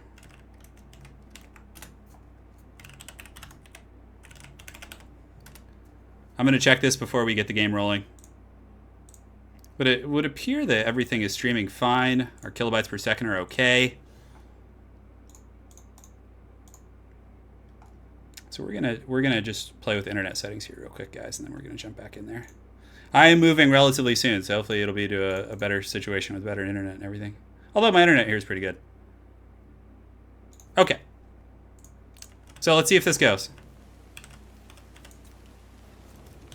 Sounds good. Let's see. I made some changes. It looks like things are stabilizing a little bit. Okay, the units are starting to move again. Things are sticking and moving here. All right. It's looking better. I think we're good. All right. So everyone's good. So over here, guys, the initial engagement is underway. The Skinks, unfortunately, are going to be sacrificed to Sotek very early on here. You can see the Chameleons are going to try and scurry, but unfortunately there's Wild Riders and Reichsguard and just so much stuff here.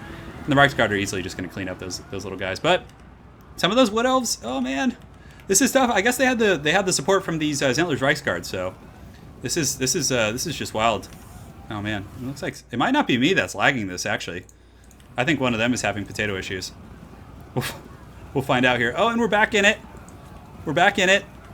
God, this is so terrible.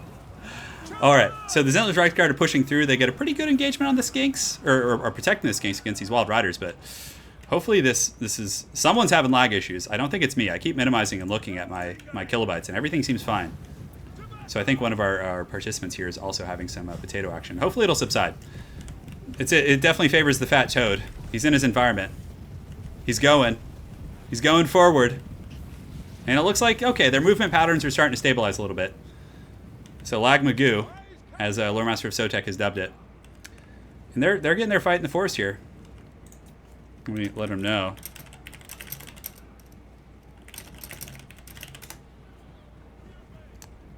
Okay, so let's see if it stabilizes here. Okay, so some of the Poison Hounds from Jonton and Takarma are going to be coming in and intercepting the Zintler's Reichsguard, trying to protect these Wild Riders.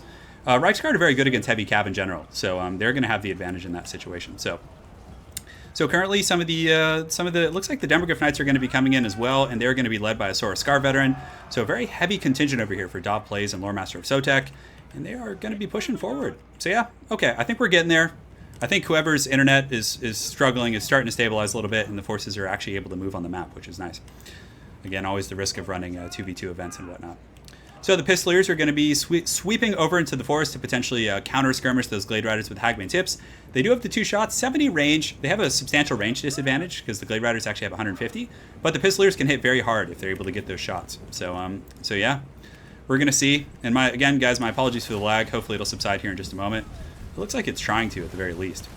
So some of these Royal Altdorf Gryphites are going to be pushing forward, trying to get an engagement on these Chaos Warhounds over here. But Kolek's coming over, the Shadowcaster. They're going to be able to get Melkoth's Mystifying Miasma on the Royal Altdorf Gryphites and probably do some heavy lifting. And it looks like the Wild Riders actually countercharge them. So they have good armor, but they are going to pin them down temporarily. So the mainline fight is getting underway. The Skink cohorts are going to be advancing, probably throwing their salvos of javelins at the Dryads in the front line here. And man, that lag is someone is having some serious issues for sure. So I'm not sure what's going on there. But regardless, the Pistoliers here are shooting. They're going to have to pull back because the Wood Elf missiles are doing a lot of damage to them. And there we go. Okay, so it looks like everything's moving normal now. Yeah, just a little bit of lag, but it should be okay here. So the Royal Altdorf Gryphites are able to chase those Poison Warhounds. So it looks like the Zintler's Reichsguard are hot in pursuit. So they're probably going to just sweep out of the forest and pressure some of these skirmishers. Because the Wood Elves don't really bring heavy cav to the table. So they need to use Azrai Spears and Missile Play to shut these down. But Kolek might be going in with a full chub. We're going to see here in just a second, guys. So Kolek's going in, the Royal Altdorf Gryphites. Oh, and it looks like a very nice prey of an Othrama, but Kolek overextends a little bit. He gets surrounded, but I think he'll be fine. They're going to be using the Enfeebling Foe, lowering the melee defense and the other stats here. So Team BroHammer is definitely going to be cleaning up the scraps here. And yeah, the Pistoliers, though, from Dob are getting some pretty good skirmishing, just shooting down these Wild Riders. And the Lizardmen front line is probably, yeah, with Temple Guard and, Rev Crystals, and then also Mazdamundi in here, are going to be able to do some really good work against these Chaos Warriors. So the fighting's underway. Mazdamundi does get in there with his fat, juicy toad, and he's going to start slam jamming these guys pretty good. Looks like there's going to be some magic going down, and I think that might be a Curse of the Midnight Wind, debuffing a substantial portion of that Chaos front line. And a lot of these Wood Elf missiles from Sakarma are also shooting into the Skink cohorts with javelins, which is definitely not optimal. These little bastards do have shields and are very expendable, so he probably is going to want to switch that focus fire. So the fighting's underway. Temple Guard and Saurus Warriors are making their way through the Chaos front line. If anything, the skirmishing area with the Royal Altdorf Gryphites, I would say probably favored Team BroHammer quite a bit. Dob did lose those Royal Altdorf Gryphites, but he's going to pull back with Boris and some of these Chameleons. And the Pistoliers are being chased by Chaos Poison Warhounds, but if Dov can actually route these guys off the map here, or they're shaken. So if he can get a little bit of a leadership hit on those guys, they'll just run straight off the map here. So that could potentially be a bit of a catch. Kolek and his Goon Squad, though, are really scary, but Dov actually gets the Royal Altdorf Gryphites out, which is very important. Some Skinks here were able to come over and help out against these Wild Riders. So just a very, very, close fight right now. Too close to call. So the Temple Guard in the front line just buckled those Chaos Warriors with the support of the Jabba magic. So they need to push forward for sure and get in there and go after some of those guys and disrupt the missile line. And a ruination of cities from Sotek going down and just melting those Marauder Horsemen, just doing a ton of damage. So definitely some very, very good stuff right there. So Lord Mazdamundi is doing his thing. He's got his toilet seat out for Harambe. And it looks like there's going to be a banishment going down. So Sotek just killing it with the vortexes. Just absolutely evaporating the front line. They haven't even had to really tap into their auxiliary yet. So the Spearmen and all these guys are still in pretty darn good shape. So we're gonna see what happens, guys. They're just hanging tight. Looks like Lord Master of Sotek does have his Sora Scar veteran. He has a Skink Chief here, and oh, there's gonna be some sort of a fire spell going down. So that is gonna be a Penumbral Pendulum. Goes right down the Spearman line, and it was a really good shot. Man, a beautiful pendulum going down from that Shadowcaster over there. From I believe that was Jonton. Yeah, and it looks like he pops the Forbidden Rod. So they need to get Kolek into the main fight right now. Get these two Shaggas, come in here, see what they can do. And and potentially, you know, change the tide of this fight here. Looks like the Forbidden Rod being popped in. It looks like a little bit more lag magoo here. Let me make sure it's not on my end. Nope, my internet is good. Yeah, my kilobytes and everything are solid, so it's not on my end. So one of these guys is lagging, unfortunately. So we'll see what happens. So it looks like the game's coming back. It is a lag fest. We'll try our best to resolve it, assuming you know, the series doesn't get ended here. But at least we had 2 good games, right? So Kolek's getting in here. The boys are going to be charging in. He's coming in with the Shadow Magic support, so he could potentially cast Enfeebling Foe. And if this Toad doesn't get some Overwatch pretty quickly, he could potentially get taken out. I would definitely like to see Dob Plays get some of these Spearmen and maybe sweep in there and intercept Kolek. But Kolek gets Arcane and Forging on him, which is really good. And Enfeebling Foe is also being cast on Kolek, so... Oh, I think Dob actually has a Grey Wizard, so Boris is going to get in there. And I think this could actually be a really good situation for Lore Master and Dob here. Yeah, this is great. They actually catch him out. Very, very good timing. Super well played by Dob and Sotek. And they're going to jump in there and catch Kolek out. So let's see what happens here, guys. The frontline engagement really favored the Lizardmen, except this pocket here. There are some Dryads and some Chaos Warriors with Halberds fighting, but the Lizardmen have just pushed through for the most part with impunity. Some Temple Guards here, Swords, they're just kind of monster mashing those guys. Bounce of Power is a little bit tilted away from, yeah, it's close. I mean, it's not, you know, game ending at this point, but Kolek getting picked like this, he's actually shaken. So the Fat Toad is kind of sitting amongst his Temple Guard, which is very good. You know, they have the Anti-Large, they have the AP. The Sora Scar Veteran has popped the Potion of Strength, but he gets terrified. Oh, that's so rough. He gets terrified right as that happens. And it looks like he might actually just get pushed off here. It's a little bit hard to say. Oh, man. Yeah, that's some tricky business, guys. So the Saurus Warriors and everything else are just kind of pushing forward here. It looks like George is going to come in and try and help out as well. And they're going to be going right into this Kolek. Yeah, Kolek is shaken as well. This is just a back and forth game. The bounce power is still a little bit lopsided, but again, still, you know, close enough to the middle to not make a substantial difference. So the Pistoliers and everyone here are engaged on by some of these Eternal Guards. So Dob's Pistoliers have been caught out and hunted down by some of these Marauder Horsemen with throwing axes. Dob has reformed ranks. He does have his Pistoliers here. So we'll see. Is he going to charge in? It looks like he's charging, but now he's pulling back. Because if he can kite these Marauders, the Pistoliers will definitely out-skirmish them, like, pretty hard. They can fire while moving, they can fire 360, and they have those 2 shots, which do quite a bit of damage. But the mainline fight, it looks to be, yeah, I don't know. Jabba's taking quite a bit of damage. Kolek's in good shape. And I think that Team BroHammer might have this in the bag. It's hard to say. The Temple Guard are pushing in from Lore Master of Sotek to try and get us around on Kolek, which could be good, especially considering his stats are lowered right now. So we're going to see what happens. Oh, man, but the Toad is taking a lot of fire. But he is, when he's on his toilet seat, I think he has some base missile resist. So he has 52% missile resist. So it looks like a Ruination of Cities might be going down here from Jabba, some sort of a Vortex ability. And it looks like that was actually Lord of the Storm and Shield of the Old Ones. But, man, it looks like Kolek's taking a lot of damage. Boris getting in there. You know, he doesn't have the best AP on horseback, but, yeah, they might be able to get Kolek off the battlefield. But Kolek getting healed by the Earthblood there. That is just brutal. And it looks like there's going to be a Penumbral Pendulum going down on these Eternal Guard right there. So just all kinds of madness going down. But check this out. Sakarma has a lot of forces over here. These are fairly healthy missile troops that have, you know, ample ammunition, so they might be able to pick off these guys. And it looks like the Lizardmen infantry are starting to disappear a little bit. There's some Skinks back here that may have been forgotten about. And yeah, this Dragon Ogre Shaggoth and everything. And this is just a hog wild one, guys.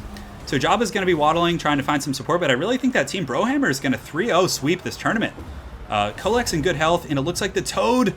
Oh no, the Toad has Enfeebling Foe on him, and they're going to just be Hulk smashing him. So you can see Kolek coming in from the distance here. It's just going to be going after the Toad. And Mazdamundi's trying his little heart out, but those Shaggoths, the same thing Team BroHammer did to us. They actually brought this very similar army composition with Chaos. And it is just hard to deal with. So yeah, Lord Mazdamundi, he's taking these beatings like a champ. But some of these Blade Riders with the Hagwing tips are going to charge in, getting a full surround. And the toilet, the Lord of the Palanquin toilets, falls into his own toilet seat and disappears. And that is going to be it. Looks like that's game. Team BroHammer with the 3-0 sweep. Guys, incredible stuff. So let me go ahead and update the scoreboard. Do this. Then I will reopen the chat. So my apologies for the lag, guys. Hopefully you guys enjoyed that finals there. It was quite an undertaking for sure. So I'm going to go ahead and open this and come look at chat here and see what you guys have to say. GG, guys. GG. BroHammer with a clean sweep. So next time we have this tournament, they're gonna be the ones to beat. And man, that was impressive. That was very impressive, guys. Make sure to go over to their channels and check them out. So I'm gonna go ahead and see if they want to do a quick interview. So let me go ahead and do this. I just have to make sure to ask for approval and everything. And let me go ahead here. You know what? We're just going to go down there. All right, guys. Last time I had such fun. Congratulations on the 3-0 clean sweep. Thanks, buddy. Yes, That it was an glorious. impressive showcase there. That last game, I thought your front line might be in a little bit of trouble when those Chaos Warriors buckled, but you guys held strong and skirmished well, and just solid work, guys. Solid work. Oh yeah, Thanks, man. man. We were expecting the Pistoliers, so we were lucky that we got Wood Elves on this matchup because Yeah. we were just able to outrange them. Not Yeah. to mention the Yeah. Hounds did great work as well. Yeah. I think of all the matchups we played, this was the toughest for them. Like, Yeah. and like of all the matchups, I just think like matchup for anyone to win because, especially with the build they brought, we just brought a ton of ranged, and they couldn't outrange us with those Pistoliers, so they were pretty ineffective. Yeah, the Pistoliers only have the 70 range, and I think you have 150 on your skirmishers? I think it might be 160, Yeah. 170. Man. Oh, on my skirmishers. Oh, sorry, no, 150 on my. Yeah. It was. Indeed. Yeah, my apologies for the lag, guys. I don't know what it was, but someone was. Oh, it's all good. Yeah, but Yeah, that's okay. I think Sorry, it It was fun. It was fun stuff. yeah, you guys did great. So make sure to send me over your a direct message with your PayPal information, and I'll get you guys your prize money tonight. All right, great. Any closing words, boys? Anything you'd like to The say? chat wants me to call you Big Daddy, so Big Daddy turn. There you go. Big Daddy, Big Daddy turn. Yeah, absolutely. Gosh. You guys want to Just share? pimping out all the. Tell them about your channel too. Oh yeah, so guys, we're Total BroHammer, and it's a channel that me and Sakarma started together, and we used to play a lot of 2v2s in Warhammer 1. We don't do it so much anymore. We mostly do ones, but you know what? It just goes to show we've had a lot of practice together. Yeah, we got lucky. And thanks to you, Turin, Big Daddy Turin, for hosting. Oh yeah, thanks for hosting. It was a lot of fun. It was a lot of fun. Yeah, you guys I did really great. enjoyed That was impressive stuff. But make sure to go check out Total BroHammer. It is an awesome channel run by these two gentlemen, the winners of this glorious tournament. So guys, big thanks for playing again, and we'll see you guys in the next 2v2 tournament. Yeah. Oh, of course. Oh, of course. You know See it. you there, buddy. All right. See you guys later. See you, All man. right, see ya, Turn. Hey, can you guys hear me? Yeah, what do you want? Just coming in to talk to you guys. Thanks for playing in the tournament. My apologies for the lag sorry there. we couldn't give you a more entertaining series, but yeah, I just didn't have it today, I guess. No, it's okay. It was okay. They put you guys had some close games. Dom's being a bummer. Don't mind him. Yeah, I just feel like I played like garbage. So and that also took 2 hours to play 3 games. So Yeah. well, yeah. it didn't help. We had kind to of remake, we had to you know, remake, like, I 3 feel like we games. wasted a lot of time. So yeah. Oh, yeah. Sorry about that, man. There was some issues with the map apparently. So when we switched maps, it was totally fine. So I'm not. Just I've- ignore him. He's fine. I have had that happen to me before. It's definitely unfortunate, but yeah, I just wanted to thank you guys for playing. You know, it definitely did. I mean, second place ain't bad at all. You guys did better than everyone else. So Somehow, some way. yeah, absolutely. But yeah, thanks for playing, guys. And you guys have any closing words for the people on stream? I don't know. I never prepare for this part, Yeah. but I don't want to give the mic back to Dom because he's just sad right now. So go drink your Ovaltine, kids. All right. Well, there you heard it. Thanks again to Lore Master of Sotek and Dob Plays for playing in the tournament. And we'll see you guys in the next 2v2 perhaps, if you're interested, of course. Bye. All right. See you guys later. All right. You guys have heard. You guys have heard from all of the competitors. And that's it. So you know what? Let's actually give Gobbo King a call and see what his thoughts are on the tournament. I think that could be pretty fun. So let's go ahead and give him a ring. See if he's down to chat. We'll get some extra commentary coming on here. Hey Gobbo. Doc? So we're just closing out the stream. I wanted to get your thoughts on the tournament, man. So what do you what's your overall perspective on everything that happened? Well, I mean, I was really. I think game 1 was the best game. Yeah. Like they were down to like 10%, and they just pulled it out. Yeah, that was a close one for sure. And the second game, I mean, I'm pretty certain at that point it was game over. But Well, second game, I think they made the mistake of being too static. yeah, I rarely like this just shows like high level players you can't corner camp. yeah. I just don't think. I also think if I was the BroHammers, I would have gone full ranged. Yeah. Like I bet they're gonna hide. This is open up. But, Yeah. I wasn't expecting the corner camps for sure, but yeah. but I They mean, were hot. I mean, Sometimes you're hot, sometimes you're not. I was surprised because I saw, those Tomb King's constructs went down so quick. Like the Tomb Scorpion was dead, the Ushabti got melted by the fire, but somehow they still overwhelmed that like flank over there and were able to, come in and collapse I everything. thought they might have lost because I thought they were going to take the fight in the middle, and that's just like because when Jen and I played against that, we had with Tony and Beastman, so we didn't really have the AP range, and so we had to take the front line. There's nothing we could have done. Yeah. Just got rammed right through.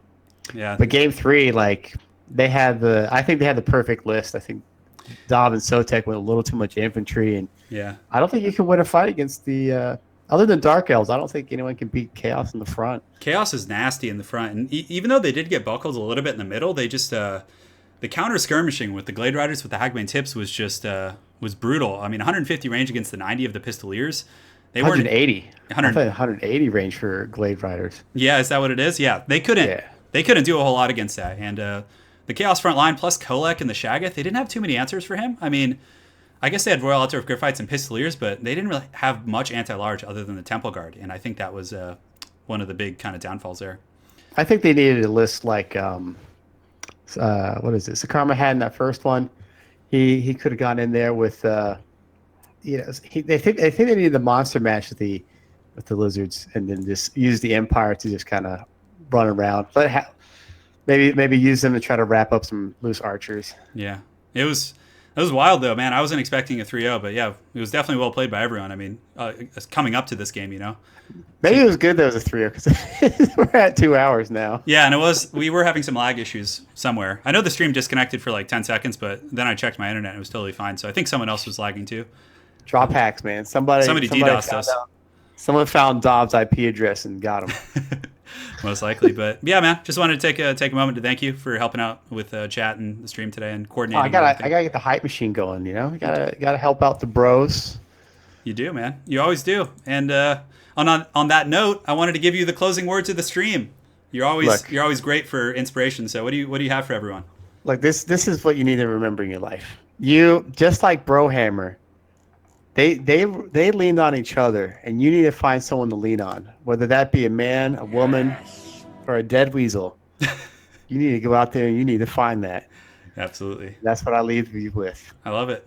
So the lesson of the day is lean on your true bros and you will succeed. Bros before hoes. Absolutely. Well, thanks, man. Thank you guys all for watching and stream.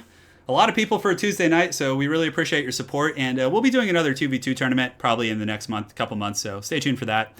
We have some other exciting news coming up as well. So yeah, guys, thanks again for watching, and we will see you guys all next time. Take care.